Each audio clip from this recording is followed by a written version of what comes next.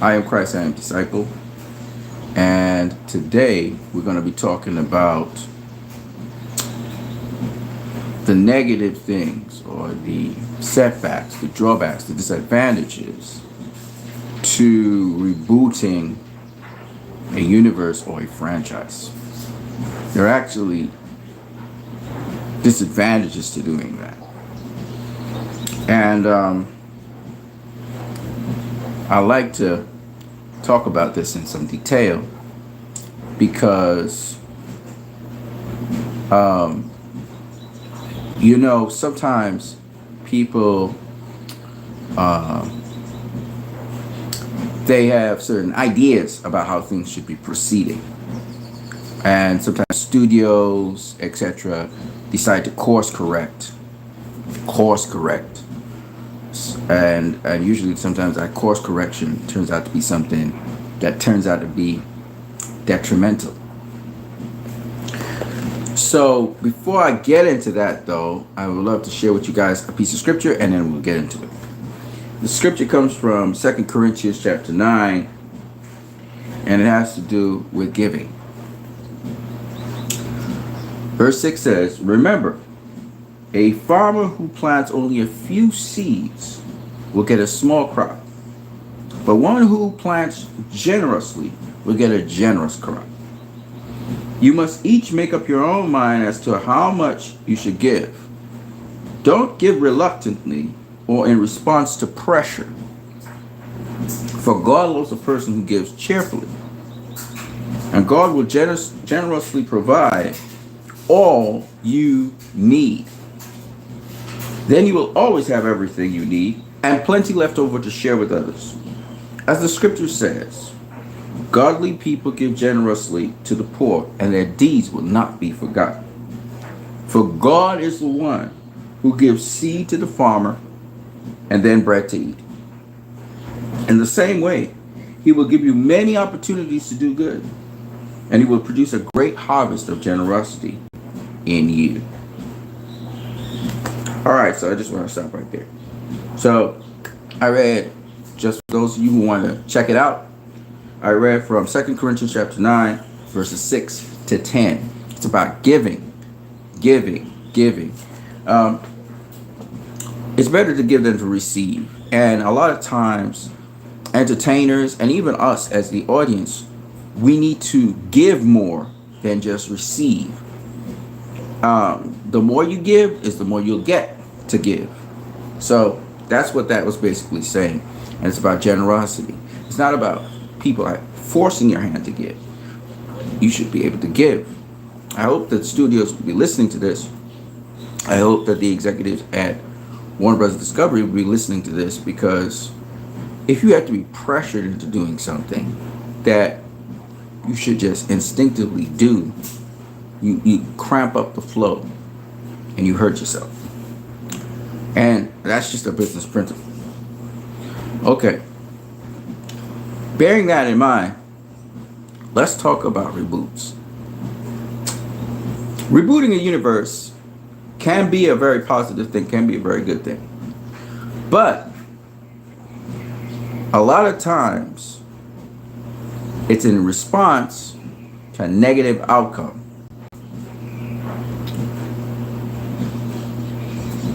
And so we're going to talk about the disadvantages of doing that. The first disadvantage is when you start all over, you're saying that all that you did before didn't work. Okay? And most of the time, the studios are selfish. They decide, let's do what we think is best. And they don't listen. So they end up messing up a good thing because they didn't listen to their audience. Or they may listen to a section of the audience which is not representative of the entire audience. So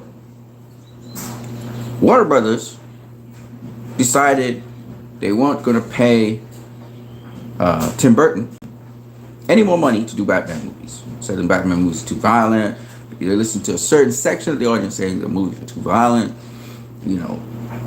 Kids can't watch it. And they fired Tim Burton from the Batman series. And they brought on Schumacher. And they had a much more colorful depiction of the Batman movies visually. Put in more jokes. And it ended up crashing their universe because of Batman and Robin. Okay? I have a point to this. I don't want to be too long-winded. So, after Batman and Robin, their franchise went down the pits in 1997. It flopped horribly. And it took 8 years before they brought another Batman movie. It was Batman Begins. Now, that happened in 2005. Now, Batman Begins was a movie that was directed by Christopher Nolan, which rebooted the Batman franchise. I want to show you something. See that data right there? Is it really showing an inversion? Because what I'm seeing here on this screen is it's in reverse. Are you guys seeing this in reverse? Give me some feedback. Just type in the comments if you're seeing everything in reverse. I hope not. Let me have a look.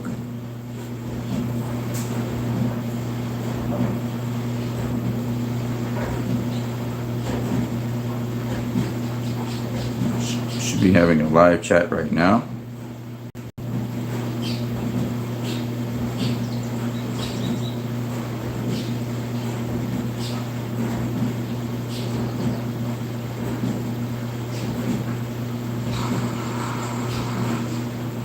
Okay. Okay. It's not in reverse. Great.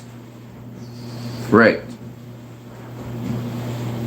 So you should be seeing here, right there, is the budget. And you can see the budget there is $150 million. And the box office, which you see right here, is $373.7 million. In rebooting the universe, the first film of the reboot made $373 million. Basically, I'm going to show you something because I'm going to do a calculation for you. I want to prove a point.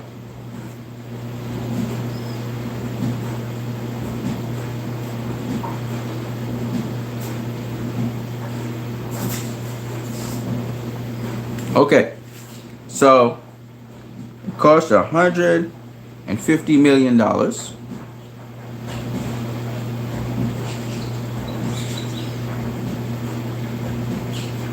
And it made $373 million. Okay? Basically, Batman Begins just broke even. Because I want to show you something.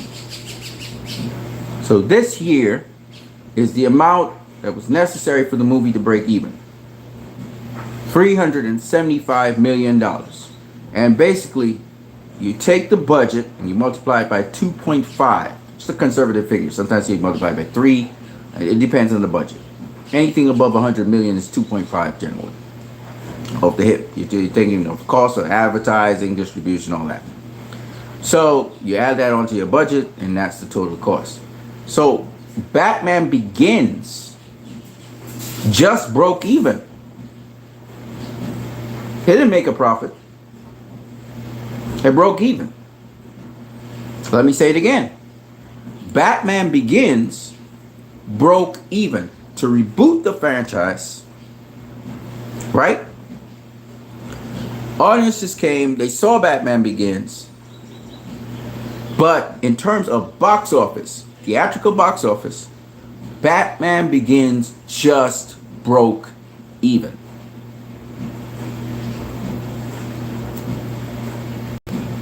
And they say Batman Begins is a great Christopher Nolan film and all of that. Okay? So this movie here Batman Begins, right? This movie here broke even. That's all that happened when it rebooted. Now you have to understand, this franchise was coming off of a big flop. The flop killed the franchise for 7 years. 8 years, sorry. 8 years, because it was 1997. Okay? It was coming off of Batman and Robin, which flopped at the box office. Christopher Nolan came out with Batman Begins. And Batman Begins didn't make the studio money. It just broke even. Let me say that again. Batman Begins, which started this very successful Batman franchise once again, only broke even. Stressing the point. Let's keep it moving. I want to do this quicker. So let me see if I can move fast. 2008, Iron Man. 2008 Iron Man. Iron Man was the beginning of the Marvel Cinematic Universe, the MCU. Had a budget of $130 million to $140 million. Basically, on average, $135 million it used to make. It made $585.8 million. It didn't make $1 billion, y'all. It didn't start off making $1 billion. It made $585 million. Let me translate that for you so you can understand how much money it made. I'm gonna do my calculations. 135 million by 2.5. Doing the calculation in front of you. It needed 337 million.5 million to break even. It made 585 million. So it actually made the studio $247 million profit. But the point is, when launching off this universe, when starting off with Iron Man, which was relatively successful because $247 million profit is good money, it didn't make $1 billion. It didn't start off with a bang. Now bear in mind, show you all guys something. So the Iron Man franchise was born. Now there's something else I want to show you guys. Let me see if I can do that.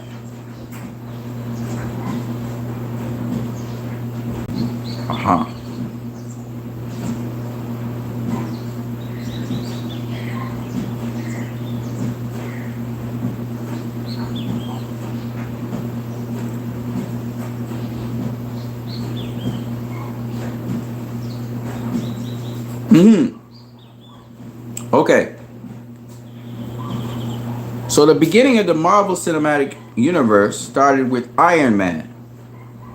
The thing with Iron Man, why it made so much money, is that Iron Man, okay.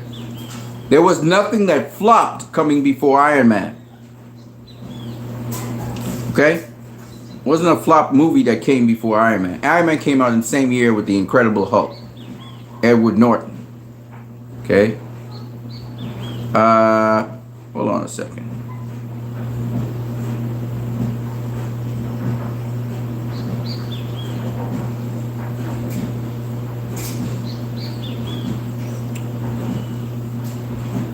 Before Iron Man, the Marvel movie that came out before that, let me see if I can find it. I'm looking here. I know I'm taking a little time here talking about this, but still I want to chop it up with you guys.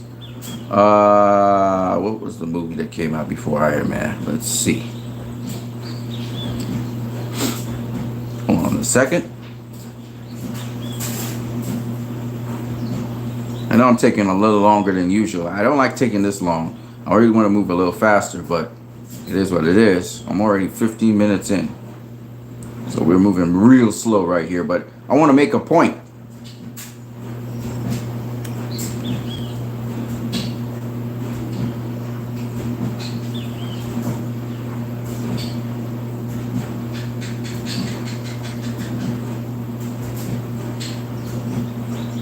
All right. Aha. Wow. Whew. There's actually quite a number of Marvel movies that came out before Iron Man. Spider-Man 3 came out before Iron Man.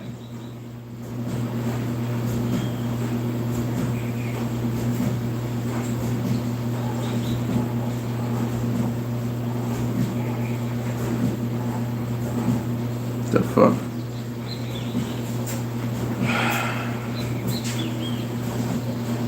Did I just click on this? Yes, you did. The fuck, then?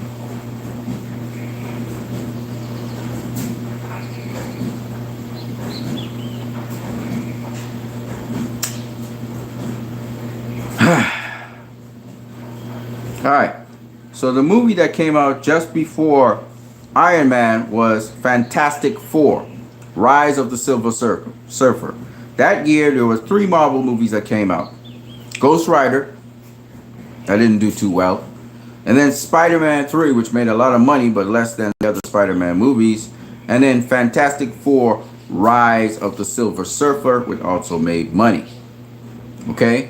So when Iron Man came out, it was coming off of successful movies that were Marvel movies the year before. They had 3 of them in a row. Okay?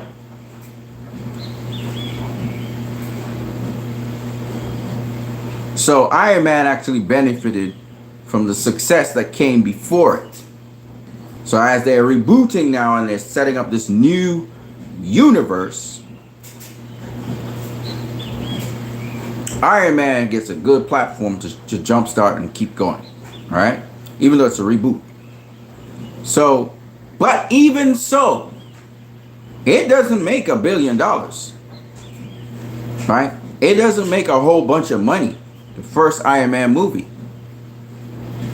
Right? Rebooting a universe doesn't mean you're going to get a ton. You may get profit, but don't expect tremendous grosses. Don't expect tremendous amounts of money. Okay.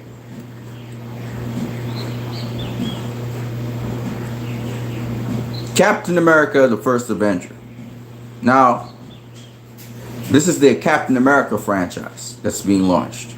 It's part of the MCU.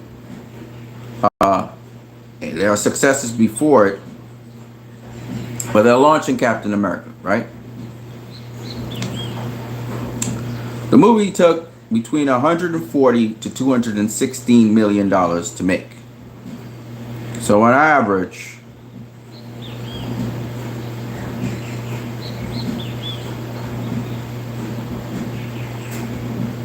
on average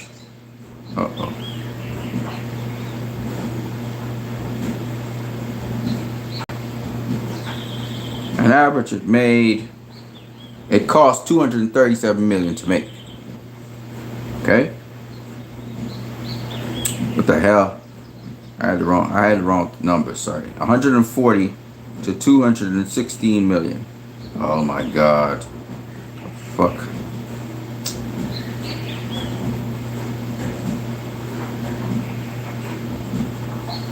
So it cost 178 million to make.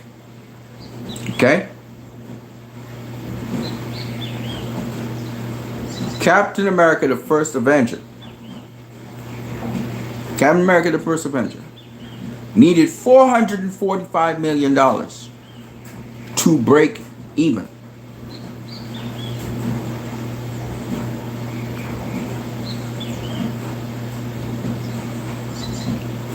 It made $370 million. It flopped at the box office. Interesting? Captain America, the First Avenger, the first Captain America movie, flopped at the box office.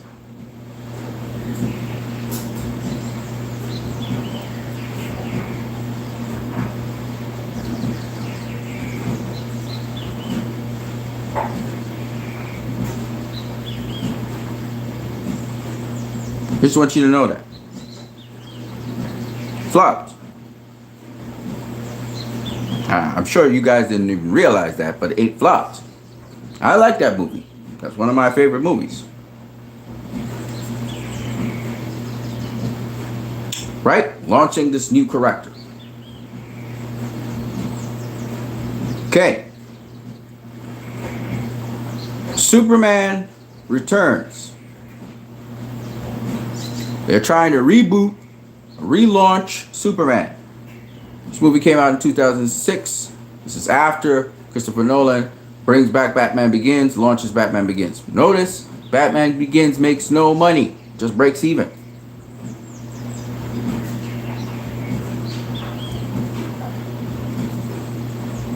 Superman Begins budget is between 223 million and 240 million. Right?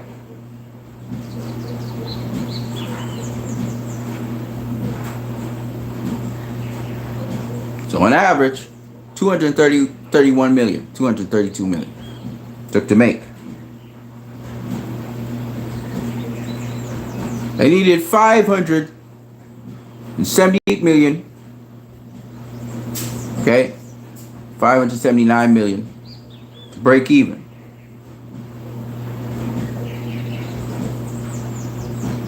Okay? Superman Returns.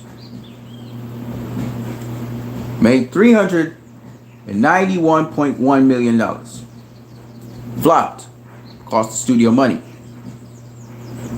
Okay, Superman Returns flopped, cost the studio money. Rebooting a franchise can be very costly, and if your expectations are way too high, it can definitely be disappointing.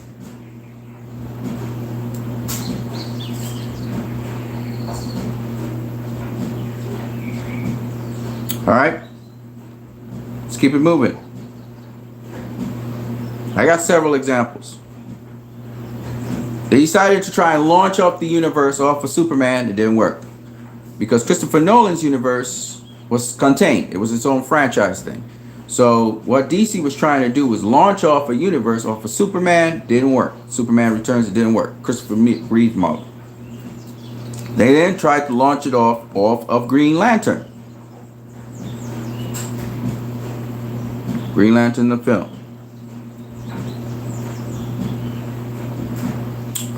Well, this flopped on demand. It cost $200 million to make. It made $220 million. It flopped instantaneously. This is a box office flop.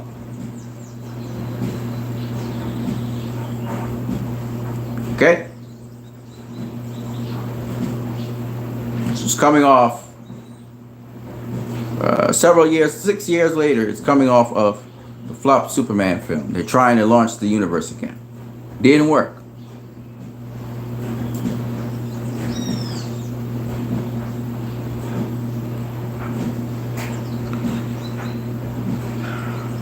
In 2003, they tried to launch the Hulk franchise with Hulk, the most successful Hulk movie. Cost $137 million to make. Made $245 million. It flopped basically. So it's not easy to launch a franchise. 1, 2. It's not easy to reboot a franchise. Usually, the first movie in a reboot. There are exceptions to the rule.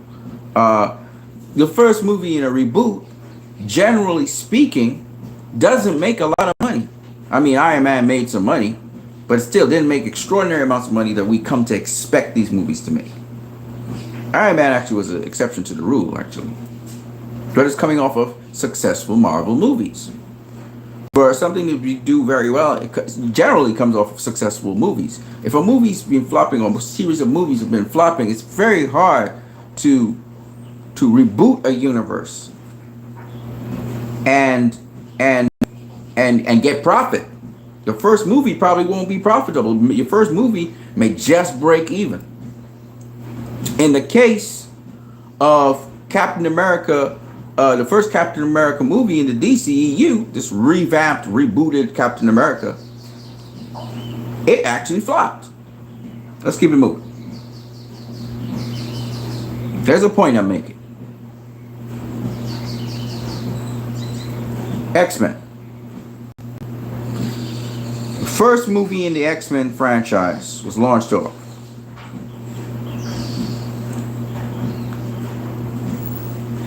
It cost $75 million, all right, to make the movie.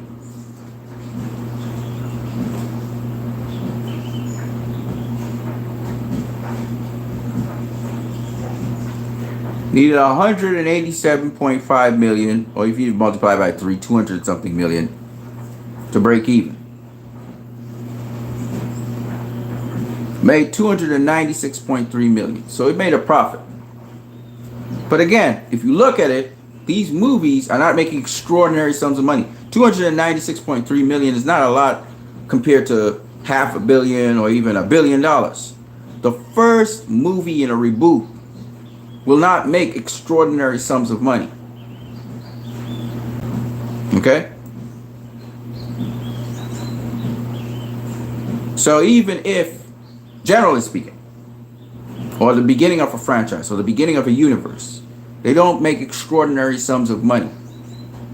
I want you to understand what I'm saying, because I'm going to put this all in proper context, but I'm using several examples. The first Spider-Man movie. This is interesting. The first Spider-Man movie came out in 2002. Okay, Sam Raimi's Spider-Man. This is an exception to the rule, but then again, let's look and see what movies were coming out the year before. But first, let me show you what the first Spider-Man movie made.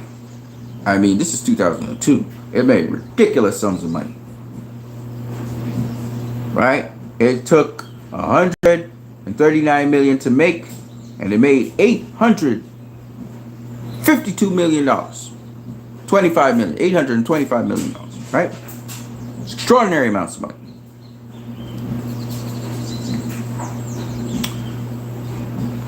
Question is,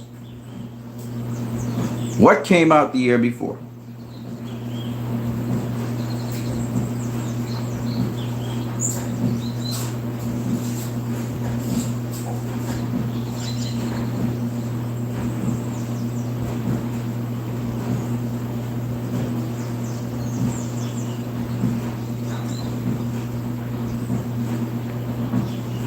Okay. Wow. Okay. So let's see.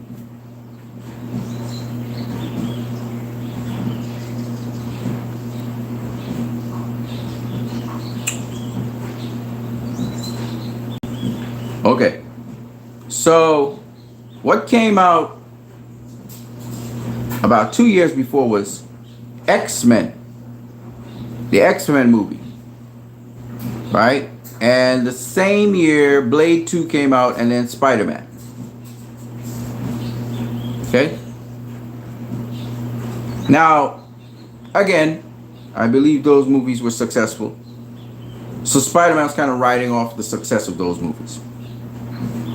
But nonetheless, this is one of the exceptions to the rule. This made a lot of money. It didn't make $1 million, but it made a lot of money. This was like extraordinary. Of course, Spider-Man also is a comic book character. It's quite popular, so a lot of people wanted to see Spider-Man.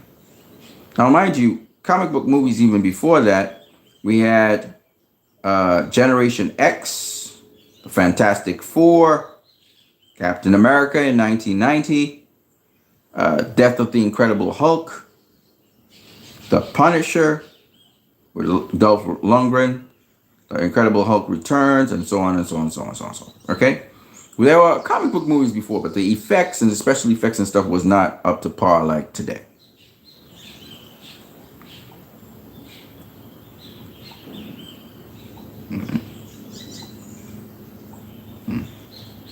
All right.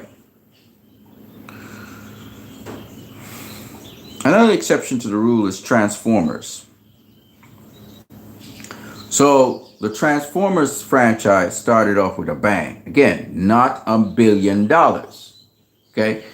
Made a lot of money though. The first Transformers movie came out and it had a budget of about 150 to 200 million dollars, which is about 175 million. It made $709.7 million. It was a tremendous success in 2007. Okay? But again, not $1 billion. I'm making a point. I'll keep on making a point. I'm going to keep on making that point. The Batman film is the beginning of a new franchise with Matt Reeves. That also made quite a lot of money. Okay? Cost $185 to $200 million to make. So you're talking about somewhere around $295 million it cost. $195 million and made $771 million. It's quite a lot of money. Again, not $1 billion though, right? It was coming off of, Zack Snyder's Justice League, which got really good reviews. People enjoyed that. It was coming off of Batman v Superman, all the other Batman things where Batman was inside. Of course, it had some bad Batman moments like Justice League, but that was corrected with Justice League's the Snyder Cut. So it was coming off of goodwill. Let's just put it that way. So the Batman movie anyway made $771 million. Very good. And this is rebooting of a franchise. So the next one we expect to make maybe over $1 billion, right? All right. So that's another exception to the rule.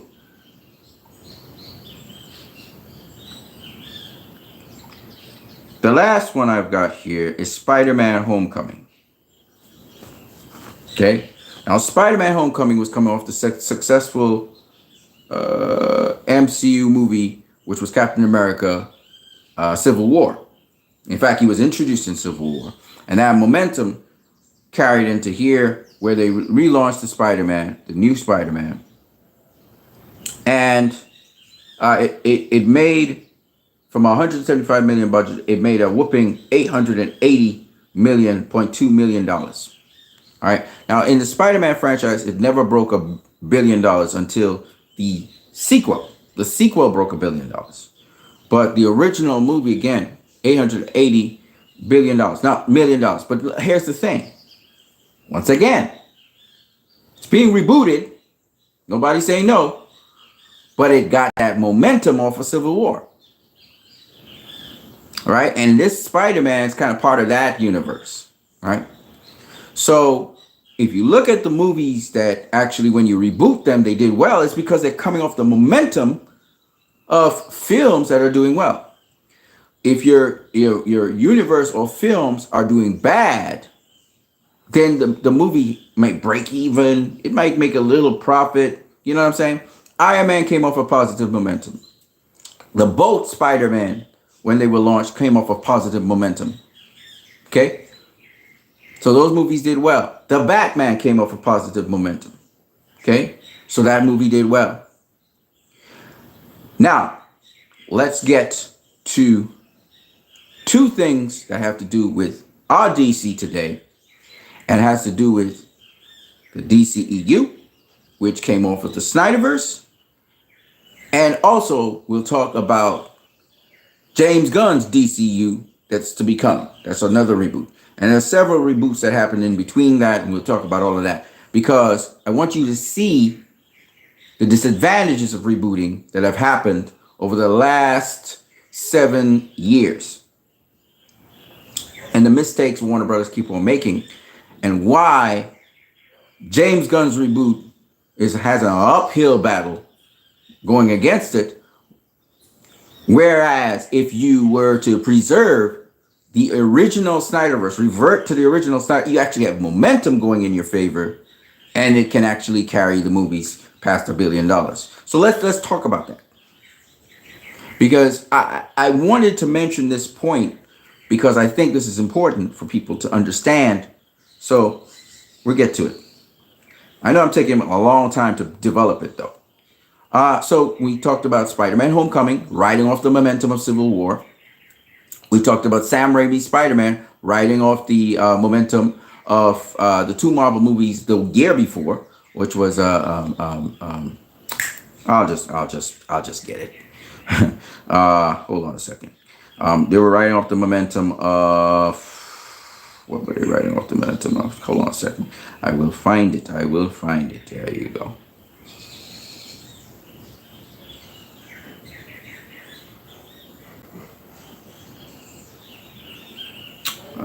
They were riding off the momentum of X-Men. So X-Men did well.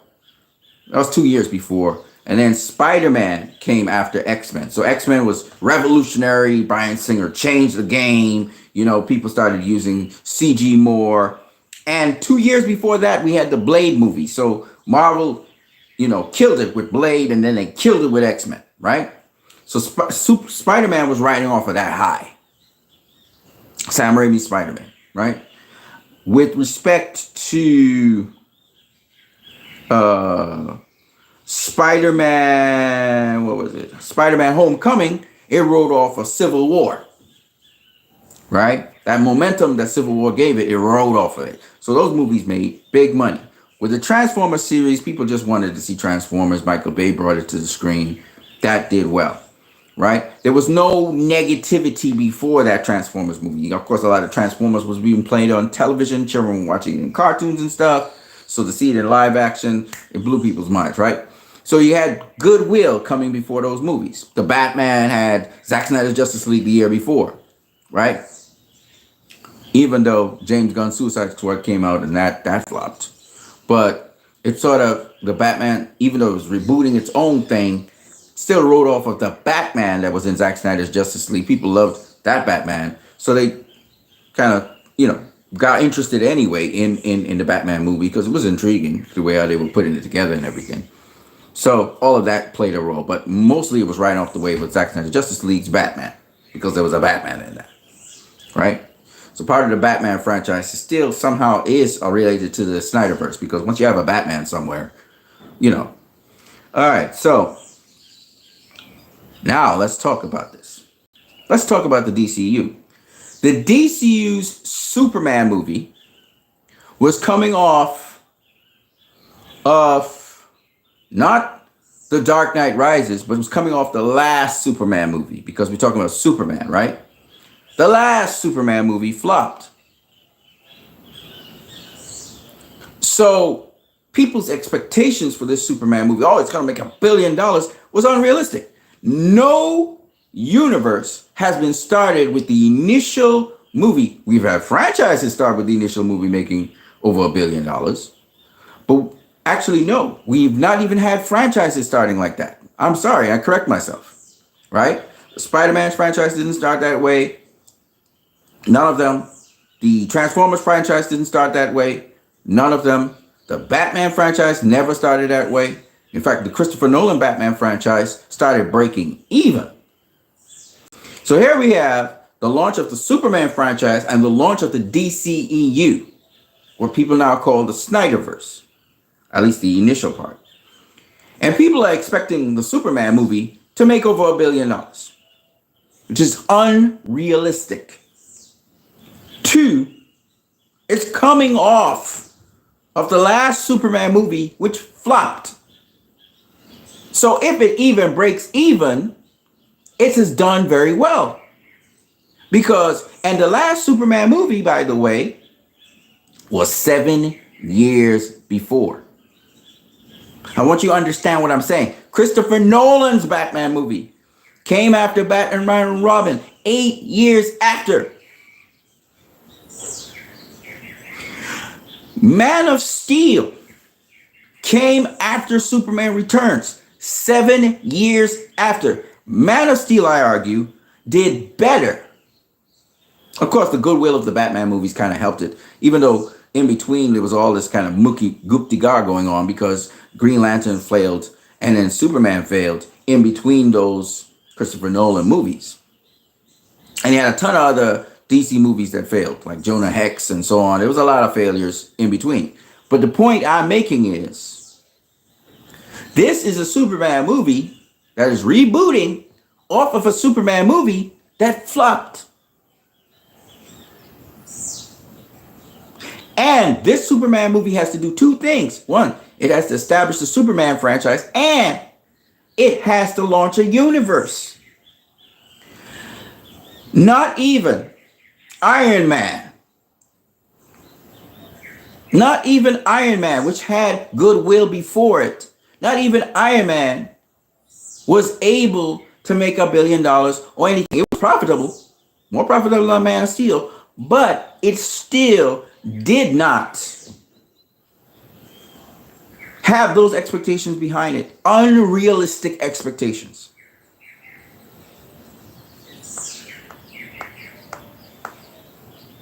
So, this movie cost a pound and a crown.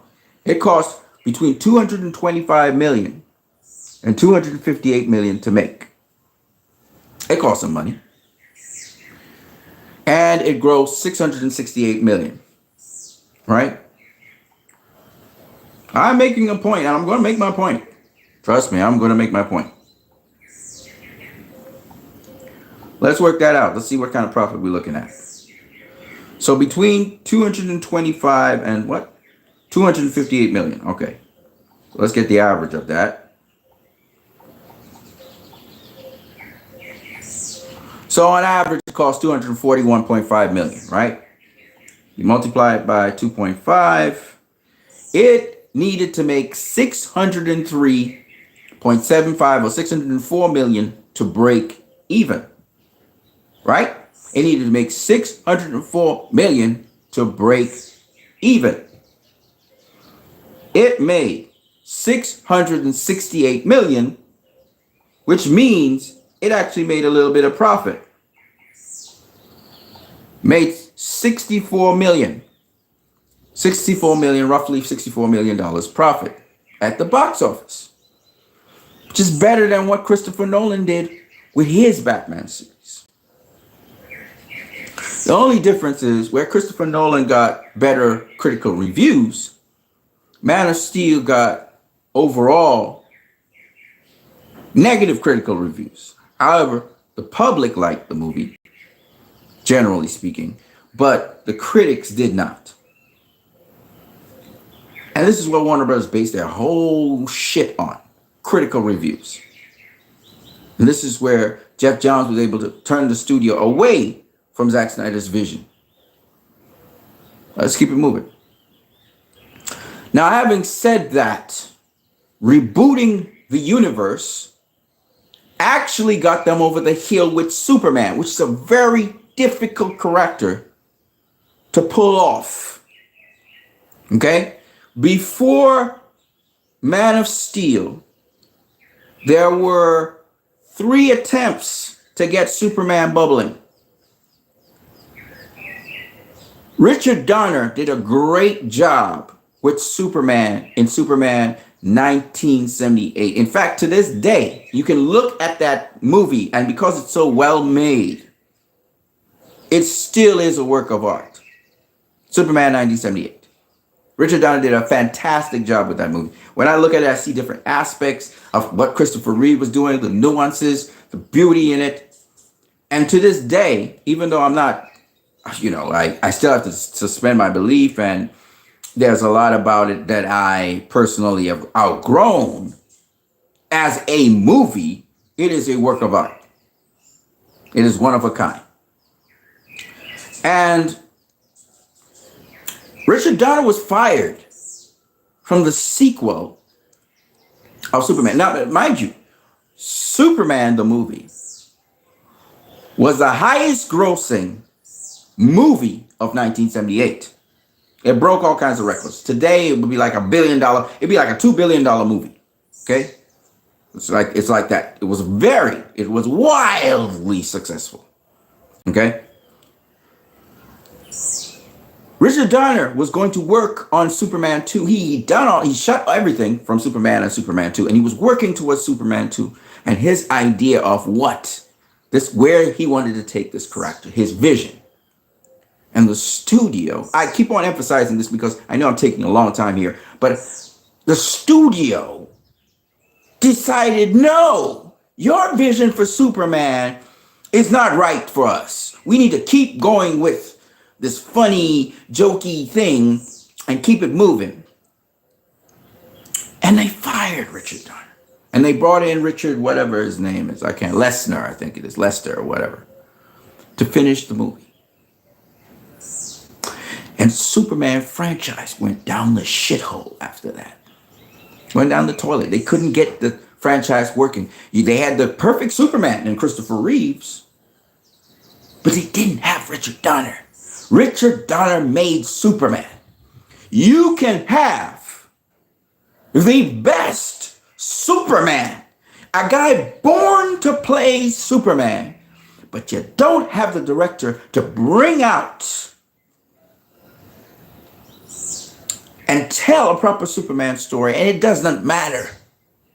Your movie will flop. You must have a director that has a vision where this character should go. So the story that's being told, because it's about telling stories. Movie making is about telling a story. If the story is not strong, it doesn't matter if the person who's playing Superman is the person who, it doesn't matter if the person's born to play Superman. It doesn't. You must have someone who has direction, who has vision. And that was Richard Donner. And they decided, no, we want to sell toys and things, and we need to keep the formula going. And the man had the vision, and you took it away from him. And to this day, rest in peace, Richard Donner. To this day, this man's vision has never seen the light of day.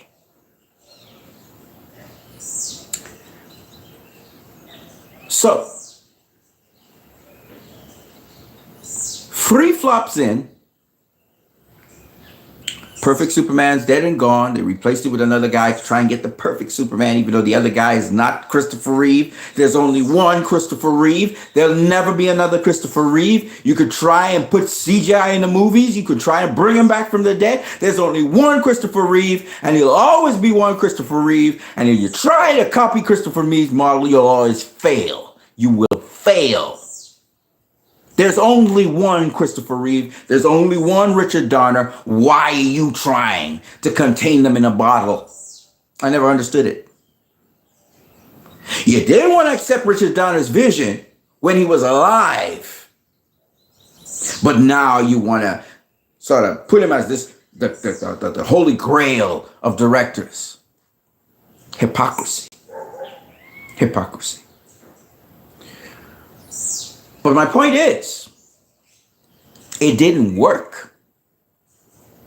That formula that they formulated that got Superman 2 all across the bridge because Richard Donner's raw materials was in there, couldn't do the job for Superman 3 with the same Richard Lester y'all hired, like the same old Matt Reeves y'all hired to take away Ben Affleck's vision, take away Zack Snyder's vision. History repeats itself. So the Superman franchise was failing miserably. You decided to reboot the franchise with a new person, right? Brandon Roth. And Brandon Roth is an excellent Superman. He is. He's an excellent Superman. But you decided, no, Brandon should be Christopher Reeve's Superman returning. So your movie flopped because Brandon Roth is Brandon Roth. Christopher Reeve is Christopher Reeve. Let me say it again. Brandon Roth ain't Christopher Reeve. Brandon Roth is Brandon Roth.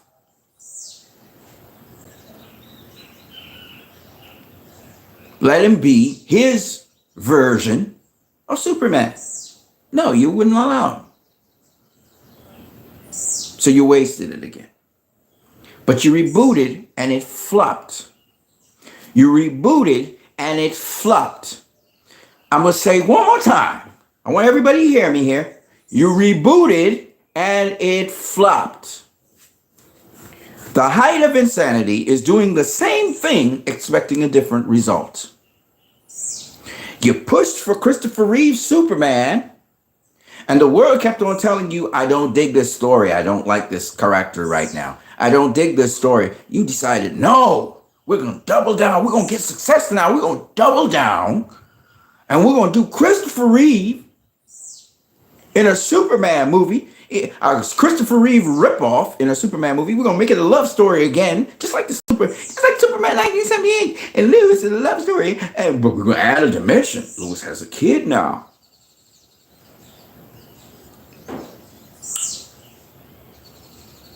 It flopped, right? Just did like all the others. What am I saying, ladies and gentlemen? Why am I emphasizing on these? It's a slow burn, I know. What am I saying? I'm saying you're seeing the same thing happening in real time right now. Warner Brothers rebooted the universe once. When did they do it? They did a soft reboot with Justice League 2017. What Superman did they bring back? Christopher Reeve Superman. They said, no, Henry Cavill is going to now take the mantle of Christopher Reeve without Richard Donner. You can't bring back Richard Donner from the dead. That model of Superman only works with Richard Donner. It will not work in movies with anyone else. Trying to be Richard Donner directing a Christopher Reeve Superman will fail and fail and fail and fail. I dare you. I triple dare you to try it, Warner Brothers. Because you will never get another Richard Donner on this earth. You should have let the man finish Superman 2. You should never have moved that man away, and you would have seen what he would have done with Superman. But you will never get another Richard Donner, and you will never, you can bring him back from the dead in CGI. You will never get another Christopher Reeve. You had your chance, and you botched it up. So any other Christopher Reeve, Richard Donner kind of like Superman movie, you're trying to capture that Superman 1978 again, will fail. It will fail. First reboot was Justice League 2017. We know they tried to course correct with Suicide Squad, but the first reboot of the universe that was hijacked from Zack Snyder in his own damn film was Justice League 2017. And what did I say about reboots? I said there's disadvantages to reboots. That's what this video was about. There are disadvantages to rebooting a universe. And the profits and the gains are never $1 billion. So how in the hell you're going to tell me smart people in a company expect Justice League 2017 to make $1 billion when you're rebooting it? How stupid could you be? Why didn't you let the thing play out? Nowhere, in no cosmos in Hollywood, nowhere does a reboot ever make $1 billion. Ever. Ever. What made you think in your stupid mind, coming off of Wonder Woman, by the way, which was very successful, coming off of Suicide Squad, even though you tweaked it, it rode off of BVS success. No matter how much you said in the media and you flapped your gums and you disrespected BVS because of critical reception, because of fucking critical reception. Excuse my F-bomb. Because of critical reception, you idiot. I slapped my own self. That's to tell you how angry I am. You are an idiot because you just, you bungled a bungle. BVS told you these movies would make money. Even after you tweaked out Suicide Squad and you hijacked David Ayer's movie, it still made money because it's running off of that adrenaline. It's running off of that high. We don't even want to talk about how you bungled Suicide Squad. We don't even want to talk about that. You ripped the man's movie from him in the editing room.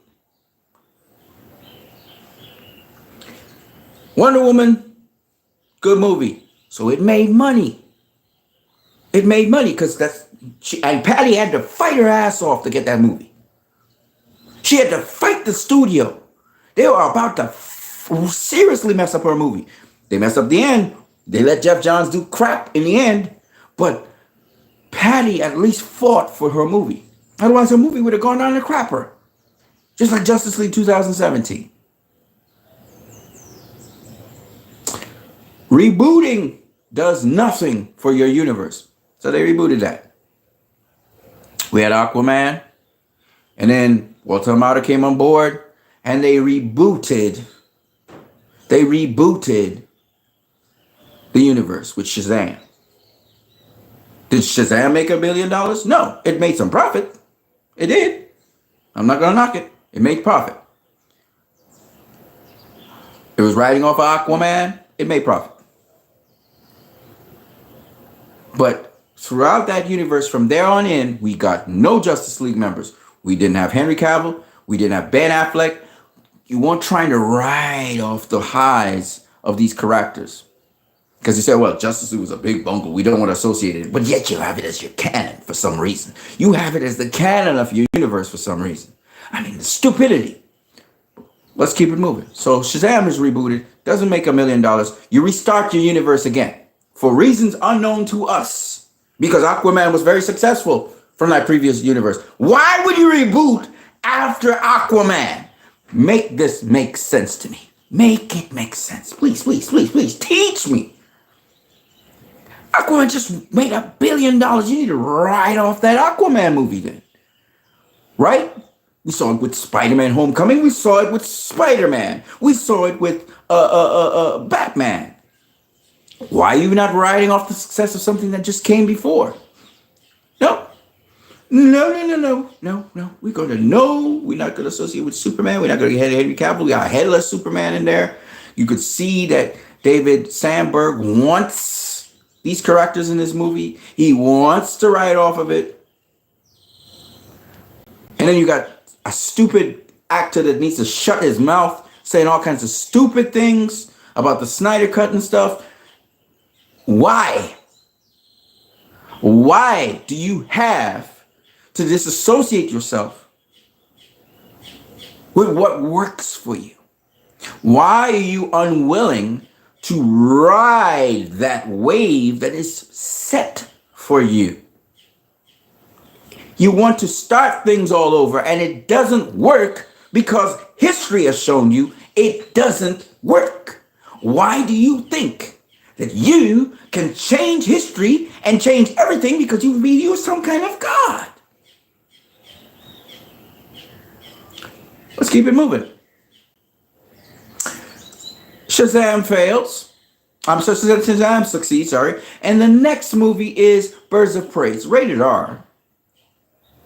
But it's following now in this Justice League Marvel-like thing where they don't want to go too hard, but they also want to go hard because it's rated R. So you're caught in a rated R movie that ain't going hard enough, and you're trying to push an agenda at the same time. Flops. You go to Wonder Woman 84. You don't want to have nothing to do with Zack Snyder, his stuntman, nothing. You hold on to Jeff Johns, nothing to do with, none of the Justice League characters in that movie, nothing to do, nothing at all, because you rebooting. Flops. Got the Suicide Squad. You bring in now a Marvel director, James Gunn. You brought in Whedon before, now you're bringing James Gunn. You're really trying to Marvelize the universe. You're going a different direction, right? You're rebooting, right? Flop. Black Adam. Before that, Zack Snyder gets to put out his Snyder Cut. It doesn't go into cinemas. We don't want it in cinemas. We don't want it. No, we have Justice League there. That's our canon. That's what that's our canon. Stupid. Zack Snyder's Justice League comes out. Don't want to reboot. Right? Now Black Adam is coming out after Zack Snyder's Justice League. Of course, James Gunn's Suicide Squad comes out as well. Black Adam, right? This is your opportunity to ride the wave. No, we're going to reboot the universe again. This time, we're going to go with whatever The Rock, Dwayne The Rock Johnson is going to be the one to lead the universe, right? And Dwayne, so full of himself, does not connect with Zack Snyder's Justice League the year before, right? This is your opportunity. Connect. Don't reboot. Connect. Reboot. Why did you think that this movie was going to make $1 billion? Who in their right mind, when has a reboot ever made $1 billion? When? Teach me. The movie almost breaks even. It's short of about a couple $1 million, about 50 million dollars. Okay, short. Almost gets there. Does better than most of the others because the tone and the style, the tone is not fully. It's more comical. The CGI is not that great as people make it out to be. The physics of it, at least. But ultimately, in the end, excuse me. In the end, it doesn't make anywhere near $500 million, which it needs to break even. Right? My point being, even though he brought Henry Cavill into there and he fought for Henry Cavill, why would you not connect that Henry Cavill to a movie that people are asking for that hasn't gone into cinemas even? Why would you not connect to that and ride the wave instead of rebooting? Because if you ride the wave, your movie instantaneously gets $500 extra million. So whatever you have as your balance, 300 and something, it would have been an $800 million movie, which falls in line with the 2 Spider-Man movies. Right? It would have rolled a wave. It would have made over $800 million. Easy. Crappy as it is.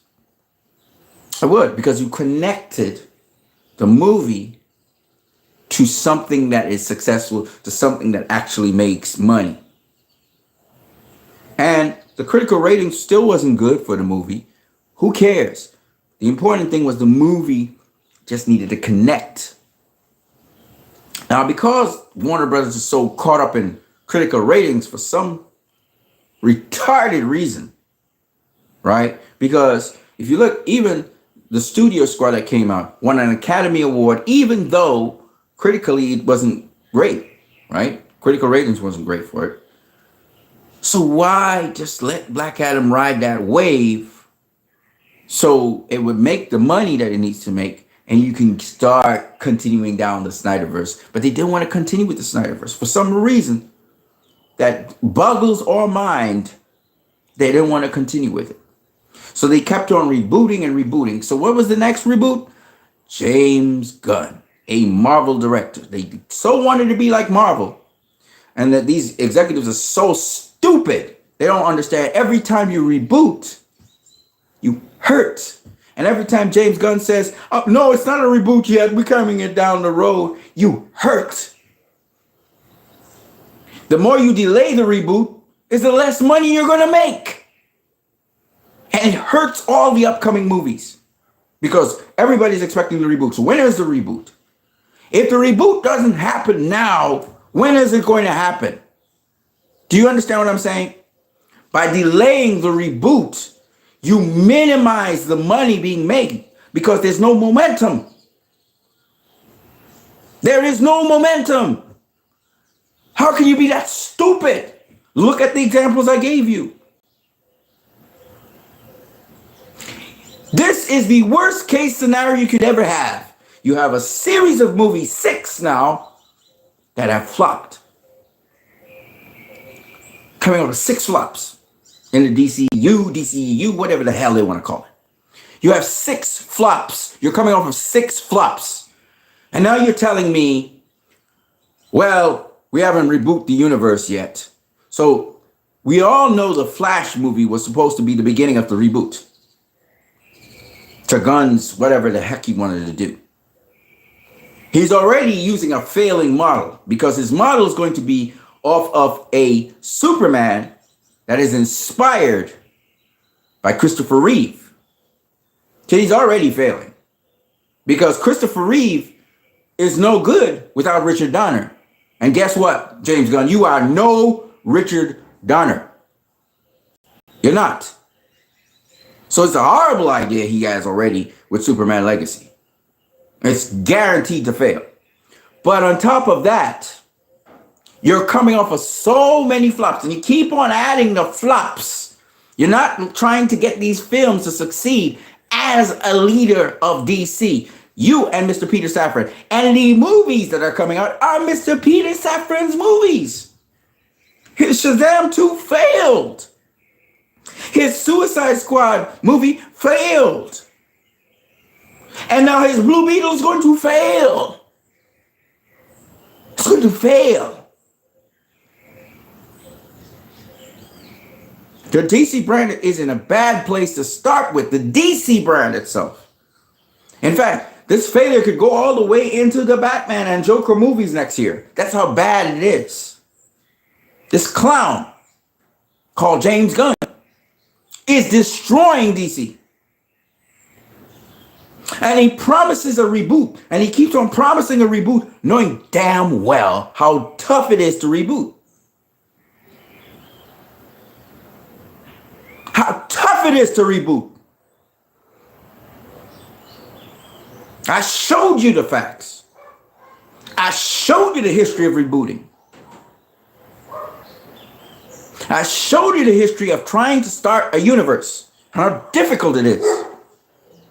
And of all the characters you would pick James Gunn to write for, Superman, you don't even know the character. You're writing for Superman. So we are in this situation, and that's why I said the disadvantages of rebooting. I'm not saying there are not advantages to rebooting, but at this point in time, it is a goddamn stupid thing to reboot. You go back to what was working. Restore the Snyderverse. Stop putting your foot in your ass and let the thing play out.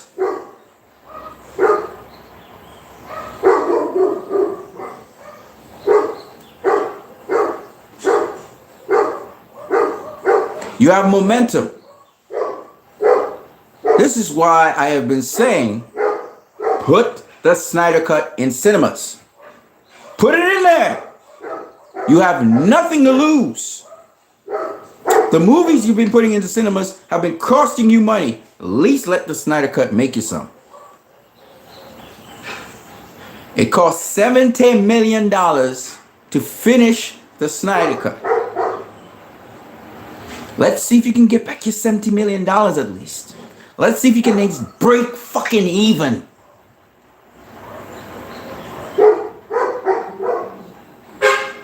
At least that will show you something. So,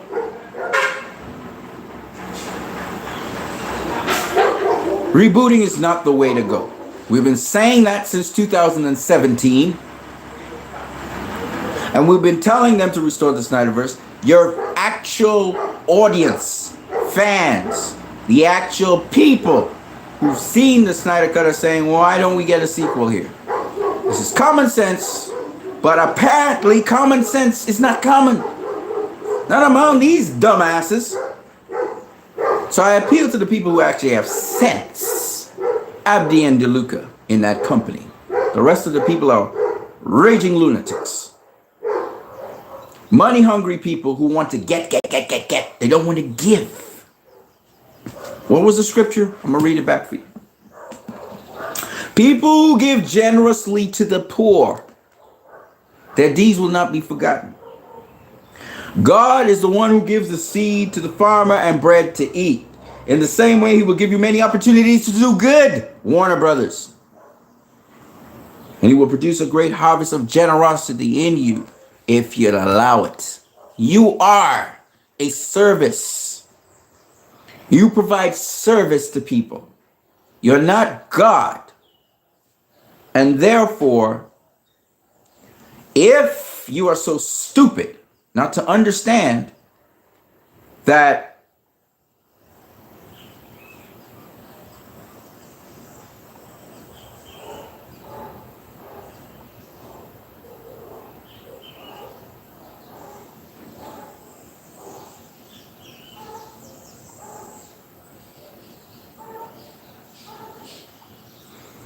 if you're so stupid not to understand that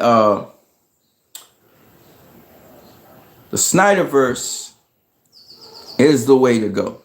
That's proven and it works. And you actually were getting movies in the Snyderverse that were getting proper critical ratings and you were getting money. And you decided to end it. Wonder Woman. Wonder Woman got positive critical ratings. Zack Snyder's Justice League, which would follow Wonder Woman if you had allowed the man to complete his vision, would have gotten positive critical ratings. Aquaman, the follow-up of Zack Snyder's Justice League, a different tone, a different flavor, produced positive ratings and the $1 billion you were looking for. In short, if you hadn't course corrected, if you hadn't tried to take away and move away from Zack's vision, all now you'd be making $1 billion movies because the momentum would have been there. Because you have to build momentum. But when you keep on killing the momentum by rebooting and rebooting and rebooting and rebooting, you can't get anywhere. Where there is no vision, the people perish. And we have selfish people inside of Warner Brothers only concerned about their careers and about what they want to see the studio being done. They don't care about the audience, as Greg Silverman says. They don't care about the fans. They care about what they can get. And that mentality is what's stifling and killing DC and the entertainment that has to do with DC. And I thought I'd take an hour and 13 minutes to speak on this and to cook on it properly. And for those of you who have listened, I hope you are informed. I hope you know now. These are not, I'm not theorizing on anything. I gave you facts. I showed you rebooting a universe will never get you $1 billion. 1, 2. I showed you that starting a universe or franchise very rarely gets you $1 billion. In fact, it never does. Never. You can start off quite well with tremendous profit based on what preceded you. If you are coming from movies that are flopping, you're not going to even break even. Hopefully you get something. We even saw with Captain America, the First Avenger, it didn't make a profit. It flopped. It flopped. And they had to get another team, the Russo brothers, to try and energize that franchise and carry it. They still continue with that same Captain America, but they didn't reboot anything, but they had to carry it. And it made money off of the Iron Man movies. So I'm trying to explain to people that what James Gunn is promising you is not going to work based on history in movie making with franchises and with universes. Okay? This year has been an atrocious year for DC. Atrocious. It's hurt the DC brand more than any other person. Walter Hamada did bad, but oh my God, James Gunn is doing horrible. Now let me speak directly to the studio people and studio heads. Over the years, Warner Brothers Pictures has monopolized the DC brand. You've had it for a good period of time. From the 80s, I believe your first successful DC movie was Superman 1978. Now, other studios have also used DC. We had TriStar and United Artists and several other studios. I'm talking movies, live action movies. However, the DC brand has been with Warner Bros. For a good minute. If you cannot handle the property, sell it off.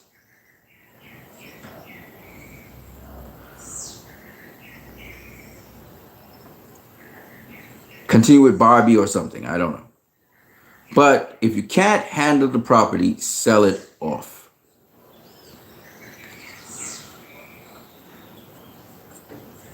I don't know what is the issue with this new regime and Zack Snyder.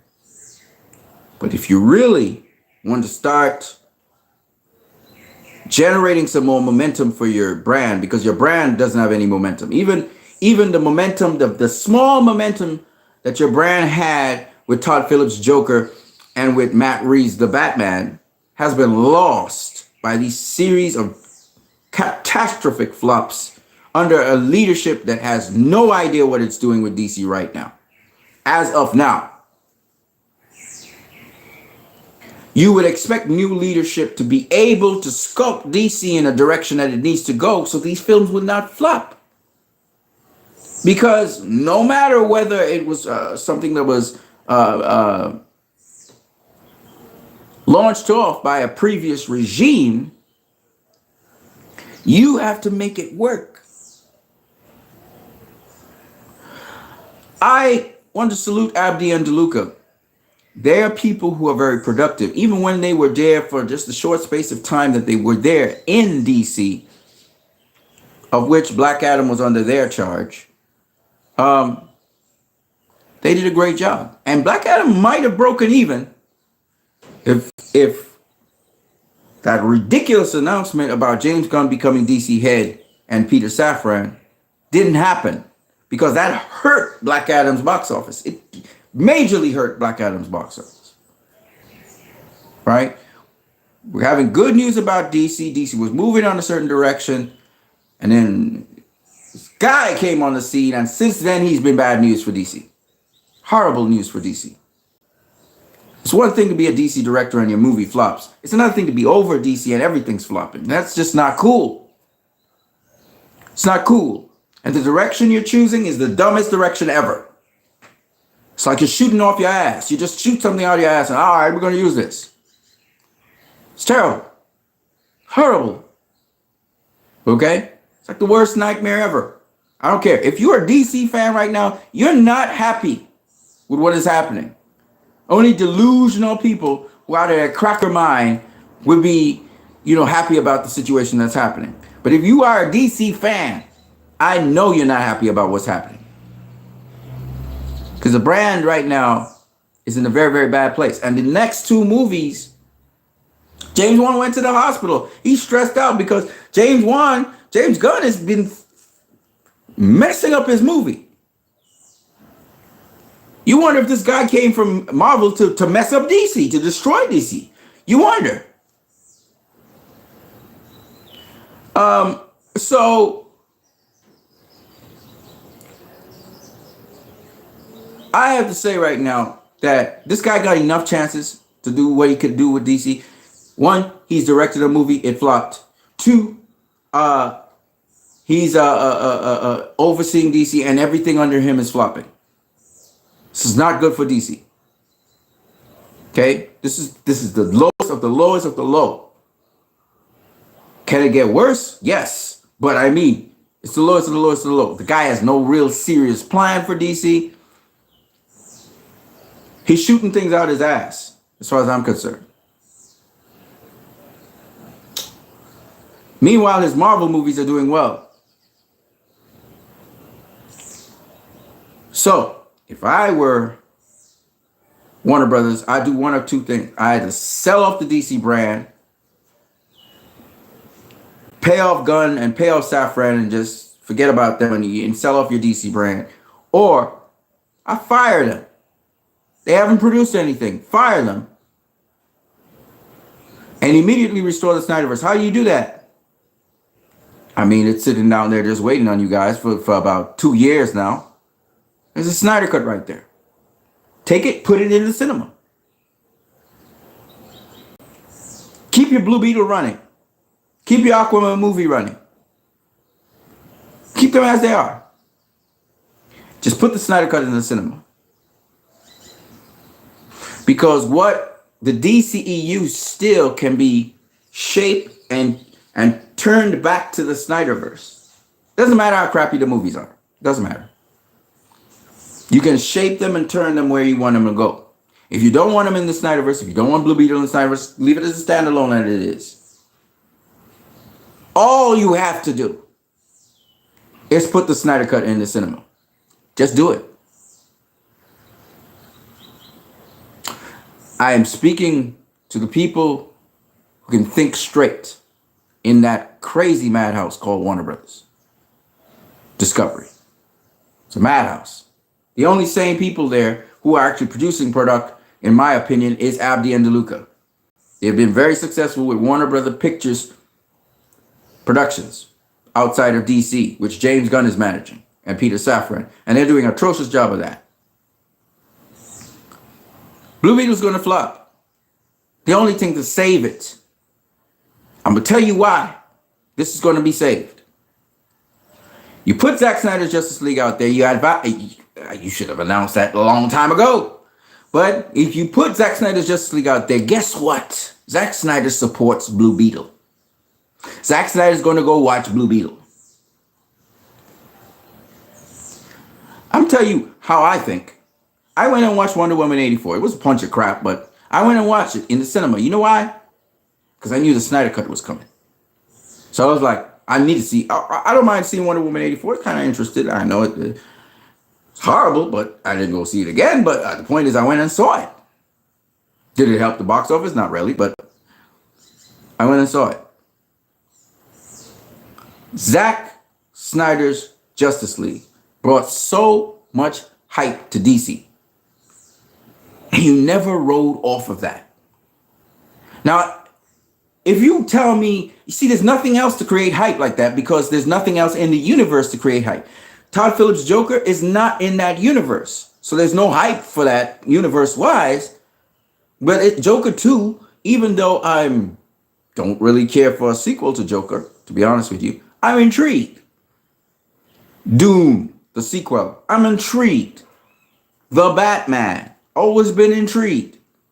I saw the movie, I saw pieces of the movie, and it's not all that, but, you know, still well made. You've got DC content coming up that if the Snyder Cut goes into cinemas, the embargo kind of lifts in terms of us supporting DC. We're already turned off from DC. It doesn't take much to boycott a movie because the interest is not there. The general audience doesn't see DC as all that either. The general audience says, oh, movies, they're not good. They're not good. They're not good. They're not good movies, right? That's how they feel about DC. So they're not going to go out and see Blue Beetle. Your strength is going to come from the core fan base being excited about a movie that's upcoming, that's genuine. You try to manufacture excitement.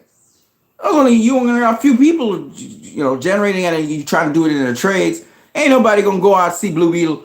They're gonna see for themselves. They're gonna see the trailer and they're gonna be like, nah, I'll pass on that. Okay? So it doesn't matter how much you manufacture. The only way that's people are gonna actually go see Blue Beetle. You have to have the fans generate a lot of things because the fans know what they like. And see, the general audience will feel off that energy from the fans. But even so, it's not going to work 100%. If they see the trailer and all these fans are like, this is a great movie. And they see the trailer and people see the trailer and they're like, hell no. Crappy movie, right? Your trailer's got to be good too. And your movie's got to be good. And you get a good movie working, then they're going to come back to see the next one. But you got to have a good movie. People are gonna say, "Well, the Snyder Cut is very long." I'm gonna tell you this, Warner Brothers. You're not thinking.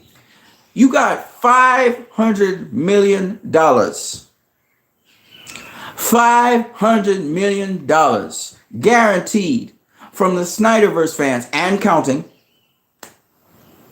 that you could take advantage of. Yes, we are all over the world. But you're talking about 500 million. I'm gonna tell you why. It's very simple. Snyderverse fans will go see a movie multiple times. That's how you get that $500 million. Because they will support a movie multiple times. That's why you're sitting on $500 million like idiots. That's how I know the Snyder Cut. It doesn't matter that we saw the Snyder Cut. We want to see it on the big screen. We want to see it in IMAX. We want to see it multiple times in IMAX. We want to sit it down, absorb it in IMAX. We just want to sit down in IMAX and watch it. We want to see it in IMAX. We don't even want to see it in the cinema. We want to see it in IMAX. You have to understand, Snyderverse fans are voracious when it comes to movies. Let me tell you how much money you can make. You can put the Snyder Cut out there alone. Then you could come back the next year. You could put the Snyder Cut out there with BVS as a trilogy. BVS, Snyder Cut, Man of Steel. Man of Steel, BVS, Snyder Cut thing running consecutively. Okay? On the weekend. A Snyderverse fan will watch all 3 movies. They spend a day in the cinema just watching those movies. That's how crazy we are. We're nuts. We love his stuff. We love it. Okay? And that kind of outlandish, wild, just desire to see his stuff. Even though I've seen Man of Steel. God, I don't even know how many times I've seen Man of Steel. Okay? I watched it many times. I've lost count. Okay? You put Man of Steel in the cinema alone. I'll go back to the cinema to see Man of Steel. I'll go back to see Man of Steel in the cinema. Because experience. I know it sounds crazy. It sounds kind of like an addiction. But that's just the way how we are. You're about to put the Snyder Cut out. Put out Man of Steel. Run it for a week. Then you put out BVS. Run it for a week. Ultimate cut, by the way. Make it long. The longer, the better. And then you put out Zack Snyder's Justice League. And watch the craziness happen. Just watch the craziness happen. Because it's going to be nuts. Okay? It's just going to be nuts. And you're going to get money from it. You're going to get box office. You're going to be shocked how so much box office from a long-ass movie, as the comedian said. That's a long-ass movie. Yeah, but the longer they are, these epics is the weirdest thing. And you know what? But I'm not going to tell you that. You can then, later on, down the road, once it's grossed a certain amount of money, and it's able to finance other movies and whatever, you can still keep your DCU, you can still keep your Shazam, you can still keep all of them.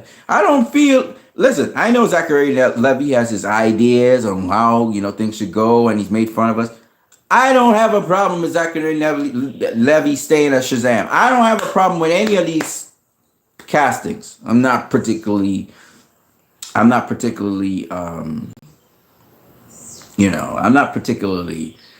into Zachary Levi as Shazam, but if the man need to keep work going, whatever. But here's the thing, the Snyderverse and the direction of the Snyderverse will elevate so much stuff. And I don't understand why you want to move away from the Snyderverse when the Snyderverse has shown you it can do comedy. We had it in Aquaman. We had it in Shazam. I'm not saying Shazam is part of the Snyderverse, but I'm just saying it works. You can have jokes, but let it be organic. It can be funny, but the world needs to be grounded and serious.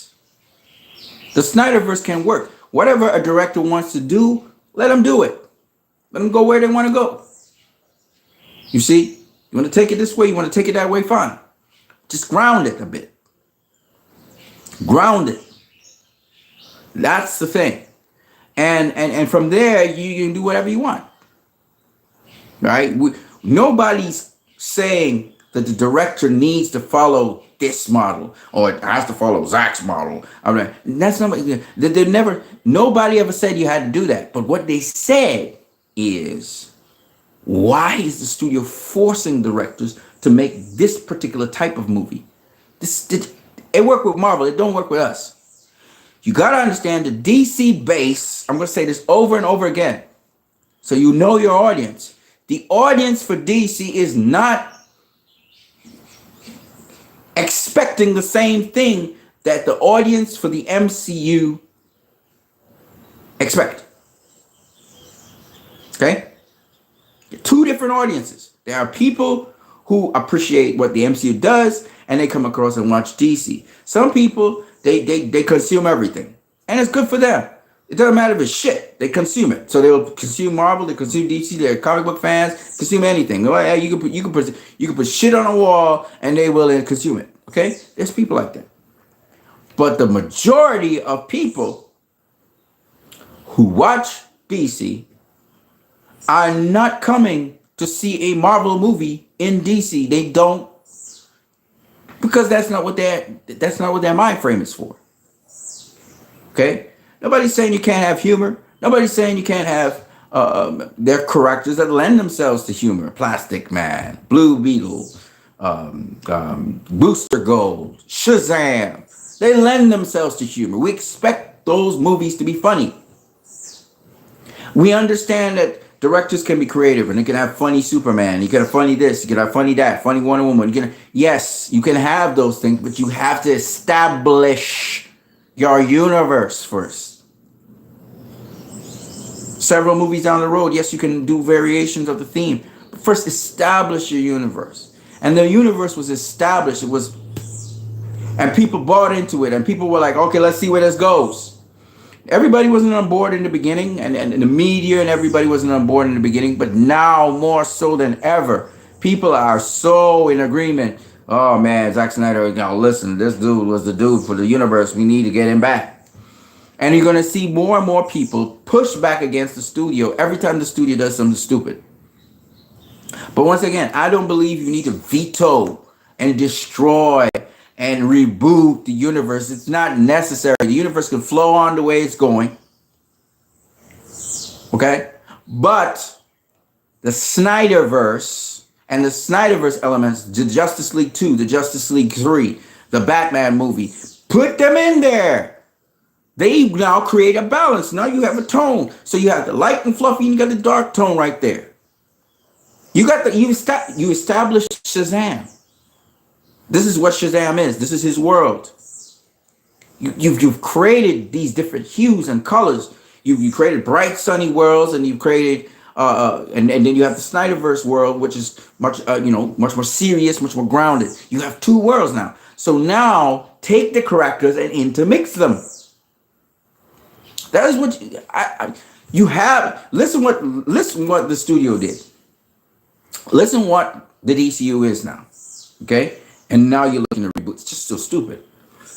You have Shazam, Harley Quinn, you have Birds of Prey, you have the Suicide Squad.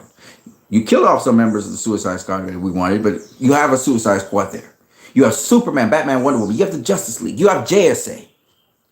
You have Lex Luthor. You have Steppenwolf's dead. Darkseid. You have who else you have? Black Mask is dead. I think Black Mask is dead. Black Mask is dead, right? So he's dead. Who is alive still? You have Black Adam, right? You have all these characters. You expanded the universe out. Yes, the movie's flopped, but you have the characters. You have them. Now put it back together with the Snyderverse, and you have a winning formula. It's right there in front of your face. It's right there. You established so much. You put down so much foundation. Why would you reboot? Stupid. It's stupid.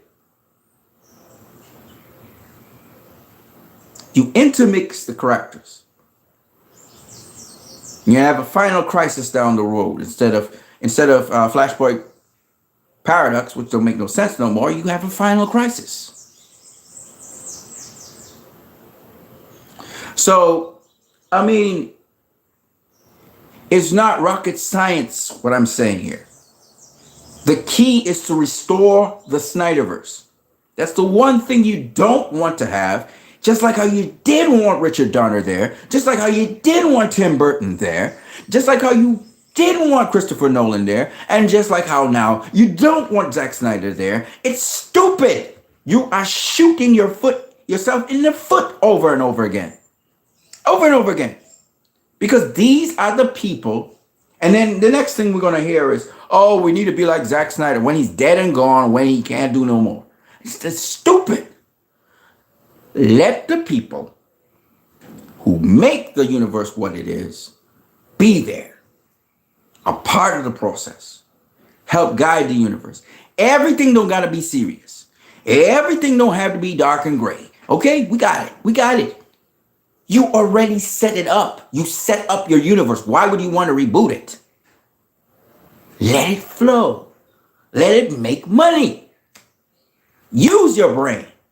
I slapped myself again. I can't believe I just did that. You understand? Use what God gave you, your nuggets, and give us something. When you give, you will get more to give. But when you try to isolate and carry out vendettas because of some jackass in the background who does not belong in the equation, the dude writes comics. He's a great comic book writer. He's not a filmmaker. Please stop listening to that asshole. He's an asshole.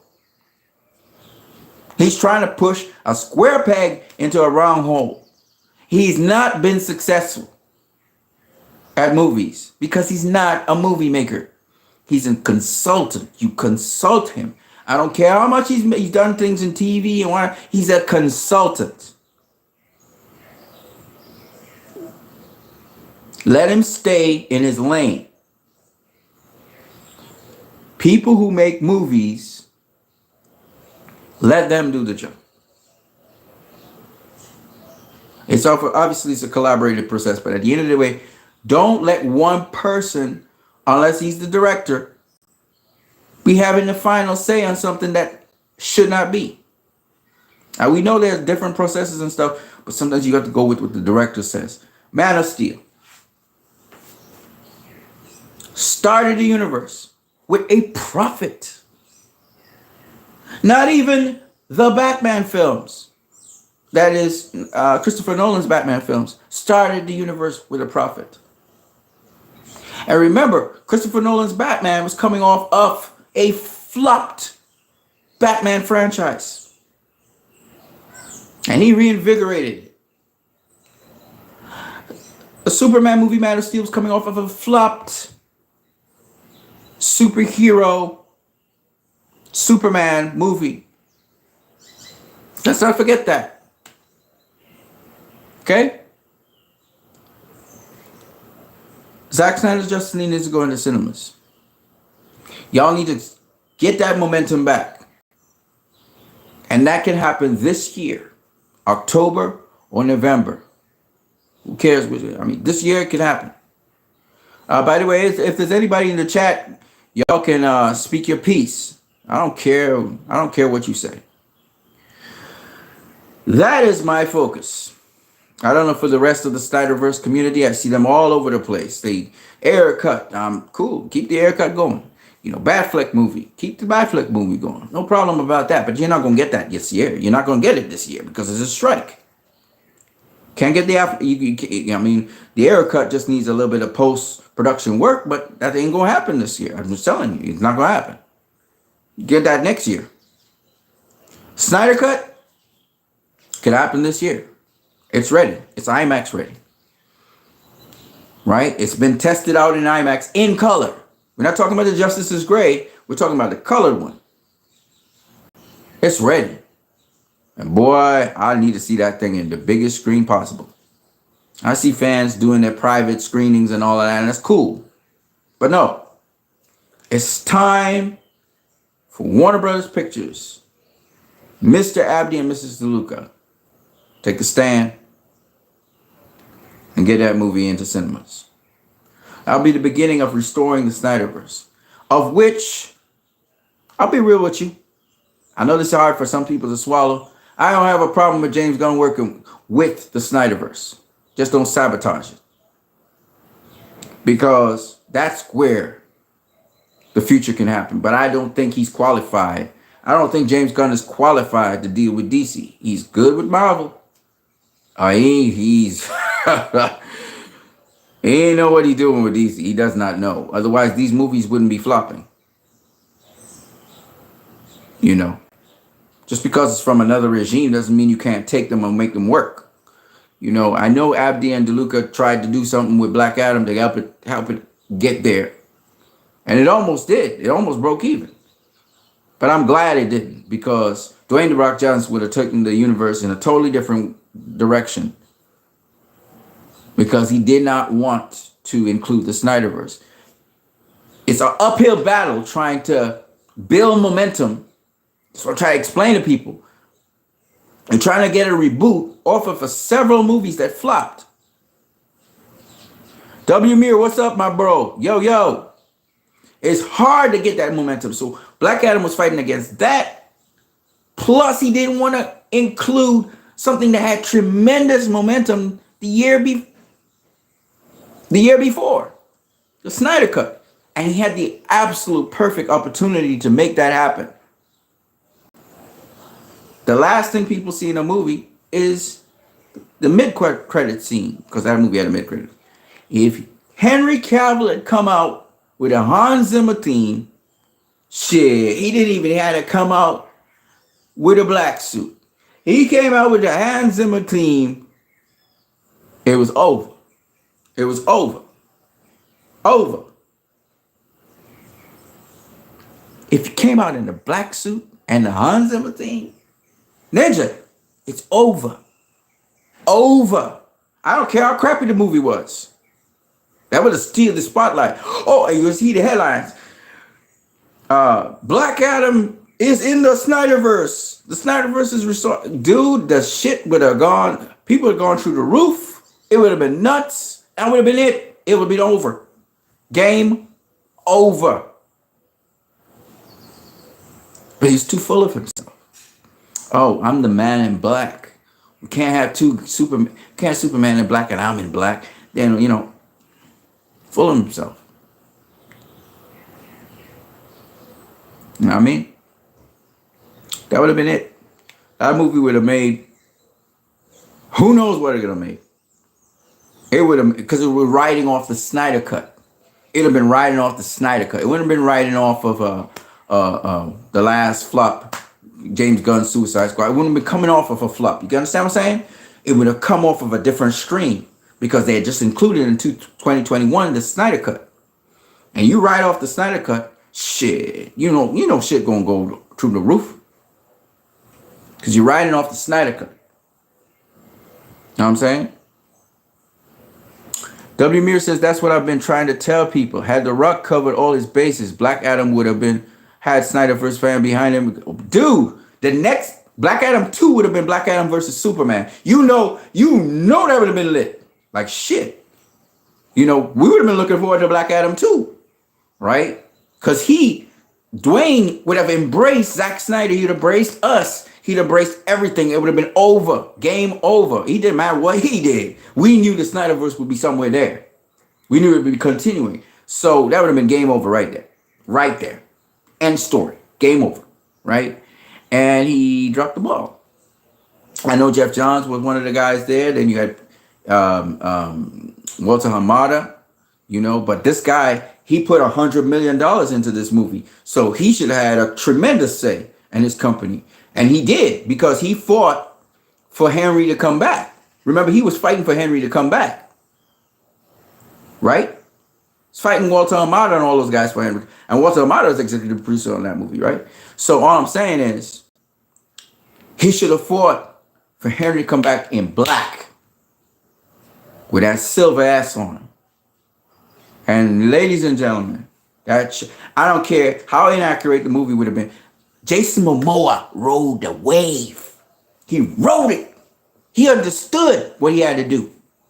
And he released the Snyder Cut wave, and watch what Aquaman did. Look at the box office of Aquaman. And Dwayne "The Rock" Johnson, you've been around for a while, bro. Why did you not ride that wave? You know what would have happened. You know what would have happened. Right? So I try to explain this to people. Shout out to W. Mir. Good point on Aquaman. He rode the wave. You don't reboot a universe. Aquaman will never be considered a reboot. Why? Because Jason Momoa ensured that he said the Snyder Cut had to happen. He kept on emphasizing on the Snyder Cut. He rode Zack Snyder's vision. That's how Aquaman made it. Big money. Big money. The highest grossing DC EU movie. You ride the wave. You don't reboot. You don't redo. If it ain't broke, don't fix it. And if they just went with it, the critical reception would have fallen in line. You were seeing it. Aquaman's critical reception is good. Wonder Woman's critical reception was good. This is all part of the Snyderverse, y'all. Right? Rebooting the DCEU is a dumb idea. You can call it DCU. You can call it DCEU. It's a dumb idea. You got too many established characters right now. Too many. You got bad movies, but you got the characters. It's dumb. Don't do me no soft reboot. Don't tell me about no reboot. Just go forward with it. And how do you do that? Put the Snyder Cut into theaters. Generate that interest again in DC. It's going to start off with the core fan base. You got $500 million sitting down there just watching you in the face like, this ninja he don't want our money. They don't want our money. Because we toxic, right? Because we don't want to do what you tell us to do. So we are toxic. No, ninja. And all can be forgiven very easily. Put the Snyder Cut into IMAX. You put it in cinemas too, but particularly IMAX. It's a higher quality of viewing. Costs more money, but it's a higher quality of viewing. And it will make you money. It will make you money. Well, where's my facts for that? Okay, we had Full Circle. They raised $22,000 in Full Circle and counting. I think they raised over $1 million. We've raised over $1 million to the American Foundation for Suicide Prevention. Okay. Tickets were sold out in minutes of being released. Yeah, okay. The tickets cost $175 for the Zack Snyder's Justice League screening. The place could hold 300 people. Do the math.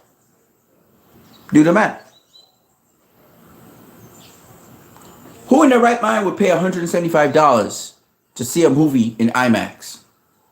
Snyder Cut fans would pay $175. Now, I'm not saying charge $175 when you're going to put it out in the world. Absolutely not. But what I'm saying is, if they would do something crazy like that, let me explain to people something. Brazil, they're nuts in Brazil. They love DC. You put that movie out in IMAX in Brazil, you can put it out in the cinemas, whatever. It's going to kill in Brazil. You put that movie out in the UK, it will kill in the UK. American market is big. China. You put that movie out in China, and they will slay it. They'll slay it in China. Okay? They'll slay it. That movie will, and they've seen it before. And they still gonna slay that movie. That's a movie that's been seen. That's a movie that, see, you have to understand something, right? the rewatchability of Zack Snyder's movies is very high. Visually, they're crazy. And then on top of that, the story and the layers of story make these movies very interesting. And to see it on the biggest possible screen gives you a clear visualization of it. And you see more things in the movie. And you be like, oh, yeah, I didn't realize that. You know what I'm saying? So every time I watch one of Zack Snyder's movies, I get a new experience. W Mirror in the building. Shoot, with the SAG-AFTRA strike going on right now, it would be a good idea to release the Air Cut theatrically or streaming. Well, the problem with the Air Cut is this, like I said before, you got post work to do. And right now, people in post, the studios are not hiring people to do post work like that. In fact, they're firing people to do post work. And even though David Ayer's Suicide Squad movie needs just a few more things touch up on the post work, the likelihood of Warner Brothers hiring somebody to finish off his movie for him, it's kind of difficult. That's why I said, and even if they do, it's not going to be able to go into cinemas this year. What I'm telling you about right now, okay, so let me explain something. There's three different things we're thinking about. We have to prioritize. You got the immediate stuff, which would be this year. You got the medium term stuff, which could be next year. And then you got the long term stuff, which could be, we're talking about a span of about 2 to 3 to 4 years. All right? For all these things to unravel. So, for example, short term stuff, Snyder Cut, this year, October or November, put it out. Blue Beetle's going to flop. When Blue Beetle flops, drop the Snyder Cut behind it. That'll change everything. It'll change the trajectory. It might help Aquaman. Okay? All right. Medium term. Air Cut. We got to wait for the strike to kind of ease off. But the funding and money from the Snyder Cut could fuel the finishing of the Air Cut. Right? Because most of it's going to be VFX things. Right? So the Air Cut could get finished because the Snyder Cut has been pushed through. Follow me on this. Long term. Long term, there is a movie that fans want to see, which is Make the Batfleck movie. That movie can go into production somewhere late 2024. By 2025, which is when the Superman movie is supposed to come out, Gunn Superman movie, we can have a Batfleck movie. Importantly, Gunn wants to have maybe somebody else as Batman. All right?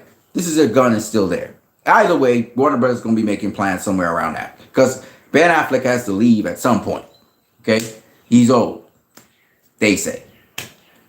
You make the Batfleck movie comes out in 2025. Okay? See, it's a long-term something.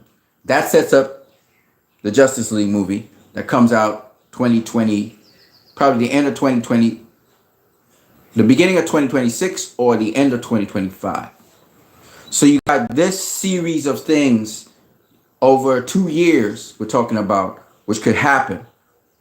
If Zack Snyder's Justice League goes into cinemas and makes anywhere between $200 million and $500 million, we're good.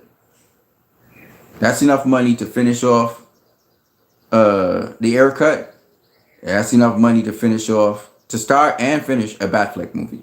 Batfleck movie it's not going to cost over $100 million, I don't think, because what Ben Affleck is talking about and the stunt choreography and that kind of stuff, he's not using a lot of visual effects.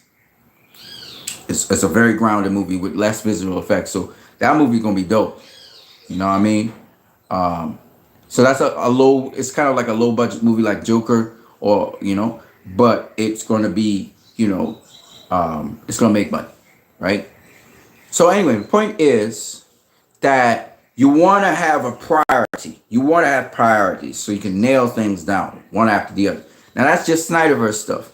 In between, we may have other things going on television because remember, Gunn said he's putting the Superman movie out in 2025. Let's just go with what Gunn is saying.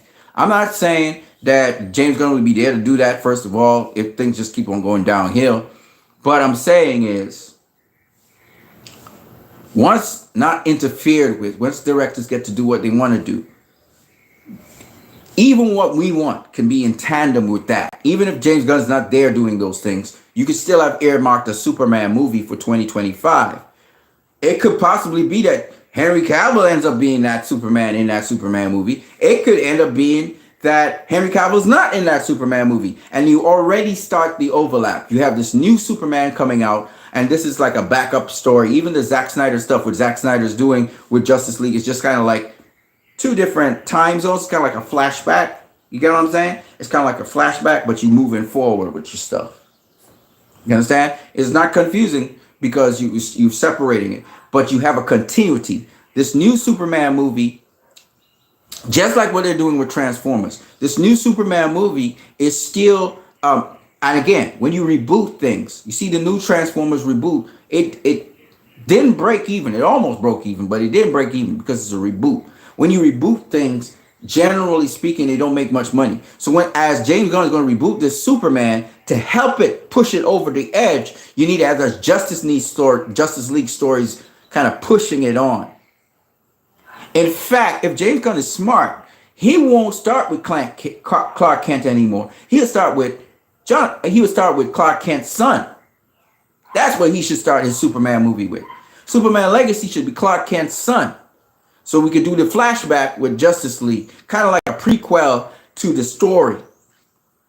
So what I'm trying to say is this could be meshed into one thing. James Gunn could still get a chance, but he get a better chance to go forward if he runs off the Zack Snyder.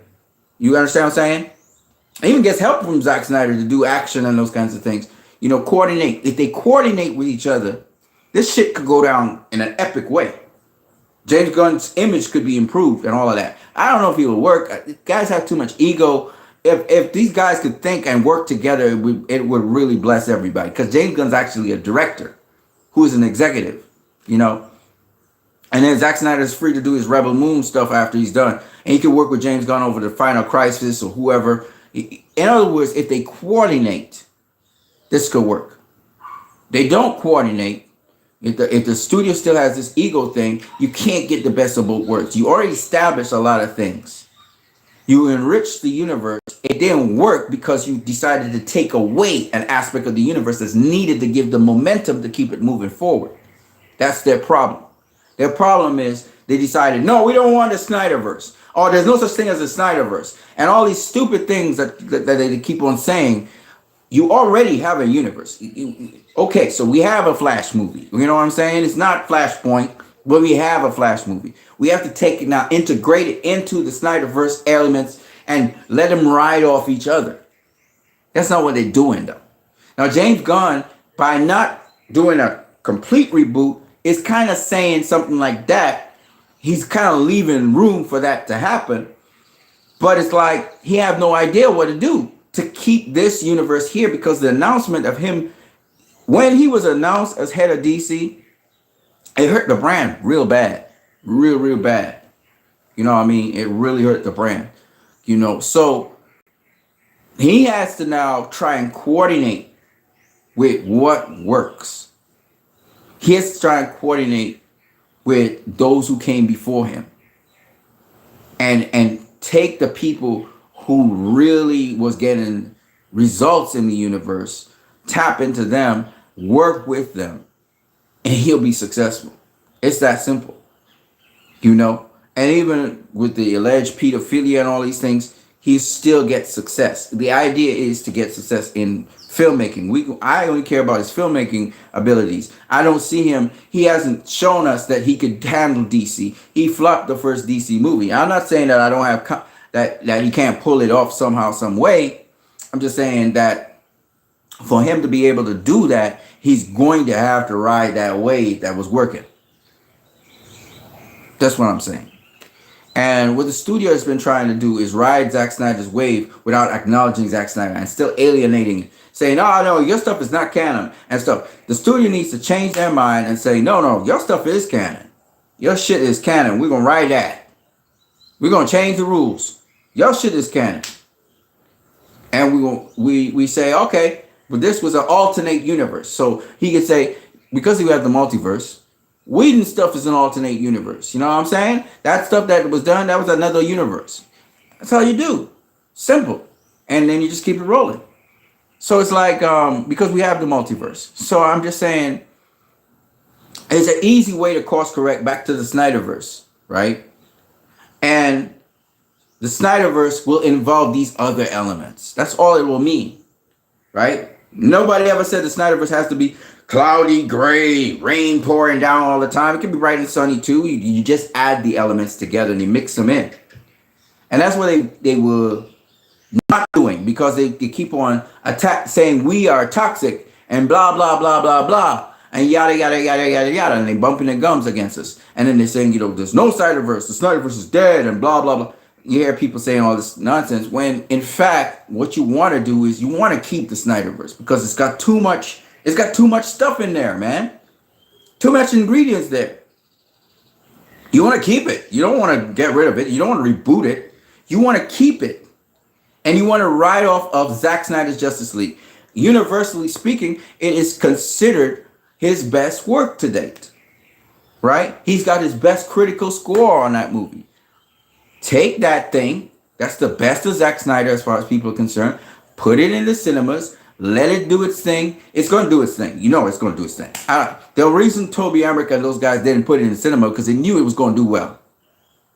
They knew it was going to do well. And they know the cinema, you can't hide information. So, they was lying about stuff on HBO Max, its numbers and stuff, and they were lying about it. They can't lie about it if you put it in the cinema and it just blows up, because it's going to blow up. It won't. I don't know if it'll make $1 billion, but it will blow up. And how much it will blow up, I don't know, right? But the point is, it's going to make money for the studio. It's definitely going to make more money than those last couple of films did for the studio. It's definitely going to do that.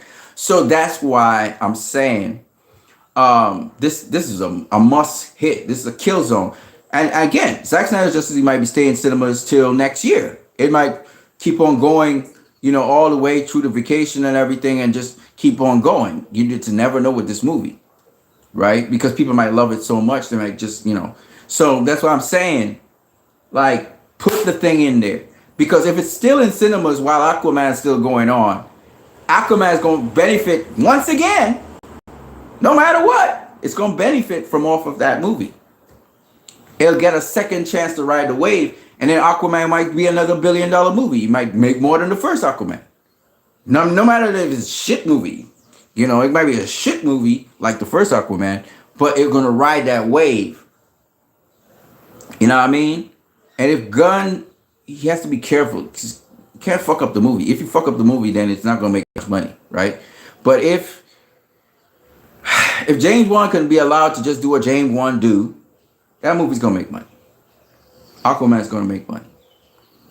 But it has to have the backing of the Snyder Cut. It needs to have something of Zack Snyder to ride off of. And it'll make money. So, like I said before, Zack Snyder is one of those guys you want to keep the DC universe going with. Warner Bros. Has made too many mistakes trying to reboot things and trying to change things that didn't need changing. You just needed to have some time for the flush out. And then they're giving a lot of time to shit that just not profitable, period. Like you had 6 fucking flops in a row and you ain't get the memo? You ain't get the memo yet that this is not working? You want to stick with shit that don't work? Like seriously? Like really? I don't understand this company, man. They're stupid. They really are. So, like, what I'm trying to explain to people is, this is the way to go. You gotta ride that thing that was already working for you. You didn't get the critic reception that you wanted for the first 3 movies. But it's the first fucking 3 movies of your goddamn universe. It was just the first 3 movies. Why are you so stupid? Right? And you had this blind hate for Zack Snyder, and the industry had a blind hate for Zack Snyder, and he keep on producing great stuff. Right?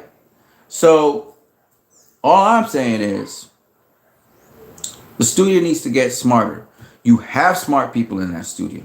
I know that because Abdi and DeLuca, they are producing for the studio. You know, they were giving the fans what they wanted to see. They were giving for the first time, the fans were actually happy. So they know better than James Gunn how to move in the direction that needs to be moved in. And they're clearly showing it. So that's what I got for you guys right now. Again, advice for you and I and for everybody, try to be giving. Try to give more than receive. Sometimes we feel we need to receive things when in fact we need to give so we can be freed up to receive. Don't try to do things solely to please yourself and you don't care about other people. This is the attitude that Warner Brothers Pictures is giving to us, and then they try to make us feel bad for speaking the truth about the situation and telling them this is what we want. They make us feel we are minority, and now a lot of people seen through all of this BS, and a lot of people are like, listen, man, there's a small set of comic book nerds out there that want certain things that y'all have been preaching, that Jeff Johns really put out there, right, to sabotage everything. But really and truly, the majority of people actually enjoyed the universe for what it was and wanted to see more of what it was going to provide. But be it as it may, how things are, possibly this can happen. Y'all can continue or on the road, but at least let's send some excitement into people so people can go to the cinema and see something they wanted to see. And then from there, if it's successful, okay, because all it could do is flop, right? All it could do is flop, right? But then you ain't got to put up more money for that. It's less expensive than putting out all these hundreds of millions of dollars into a movie and it flops, right? So at least you can make money by putting the Snyder Cut out there. See how it does. If it does well, then you know you need to get a sequel, and which means you're going to incorporate that sequel somehow into your roster and your direction that you want to go in, and just keep it moving. Keep it moving, you know. And let Zack Snyder make the movie he want to make. Don't and let James Wan make the movie he want to make. James Wan, not James Gunn. You know, and if James Gunn is still retained after all of that, let him make the movie he want to make. He'll live and die by that. But ultimately, in the end, you need to include the Snyderverse in your universe. You need to include it, not exclude it, include it. And I can see there's possibilities again in the Flash movie because they were showing all these different universes, you know. And so it's possible that the Flash, by showing their version of the multiverse, could include the Snyderverse in there. And once the Snyderverse is in there, then you can now proceed to give the Snyderverse stories, knowing it's in a different multiverse, a different universe in the multiverse. So that's how you do it. And you make it work. You know what I mean? You make it work. Then you can start overlapping. You take the old characters like Henry Cavill, Ben Affleck, and you include them in other movies so they can fit into other movies, goofy movies, whatever you want to do. But just you can overlap them, which is what they try to do. But because again you're denying the Snyderverse and you're so standoffish to it, the fans wouldn't embrace what you're doing because you're saying you're rejecting them and you're rejecting what they want. Right? And you're not giving them what they want. You're giving them something else. And you're saying you need to take this. So that's why the clash, the antagonism between the fans and the studio has been going on for the longest while. When if they had approached it correctly, they could have done all this stuff. They could even have had that Flash movie there. We'd have gone and seen that because as it is, because the Snyderverse is there. Understand? So they've warranted unnecessary antagonism and unwarranted hostility from the fandom and people being disinterested and disillusioned because they just chose to be confrontational. They chose to attack the fans. They chose to say we're the enemy. You know, instead of embracing what we're saying and trying to facilitate that. And it doesn't have to solely be what we're saying. That's what I'm trying to say. You have a rich now DC history. You got so many characters in your DC universe. And I think some DC fans understand this. They got a lot of stuff going for them, but they're getting in their own way. Anyways, that's what I got for you guys. Shout out to W. Mir William Miranda, who's just attended the chat. And blessings to you, brother, as well as blessings to everybody else. Share this video. Don't forget to share it with the other people. But basically, the game plan is simple. That's what I'm going to do. I'm going to campaign for the Snyder Cut to come out in cinemas. Because here's the thing. Zack Snyder's name is one of the hardest names right now in Hollywood, whether you all like it or not. So anything Zack Snyder does is going to create buzz. So here's the thing. You do the Snyder Cut before Rebel Moon, right? Rebel Moon's coming out almost similarly with Aquaman and the Lost Kingdom. You got Snyder. Now you take that and you double bump it. Think about this, what I'm saying. You got Zack Snyder's movie coming out, Rebel Moon. You got Aquaman and the Lost Kingdom. Zack Snyder's Rebel Moon is going to go into theaters for a bit, maybe a week, 2 weeks, right? And then it's out, right? Here's how this can work. So the Snyder Cut, if it's killing it in theaters, keep it there. You got Rebel Moon coming. It'll go into theaters, come out. While that's happening, Aquaman the Lost Kingdom comes out. Aquaman the Lost Kingdom rides those two Snyder things. Because it's Snyder all day. So you got the Snyder thing going. You got Aquaman the Lost Kingdom. You pick up, ride that wave. You're riding that Snyder wave all the way into 2024. Hopefully Aquaman the Lost Kingdom, really makes serious box office. That's the most successful of them. Hopefully the changes on it are not, because I know James Wan had to change a lot of stuff, which is not cool. But if I'm James Wan, this is what I'm going to tell James Wan. James Wan, what you got to do is keep a backup copy of everything. All alternative endings, all variations of the theme. You got to keep backup, bro. So if they want to make changes, you got it right there. Your backup is right there. That's what James Wan need to do. So he could just kind of, because you got all these variations and stuff. Just saying. Hope he's healthy, though. All right, that's what I got for you guys. You guys have a blessed day. I'm going to catch you guys later. I am Christ, I am disciple, Anson Phillip. Peace.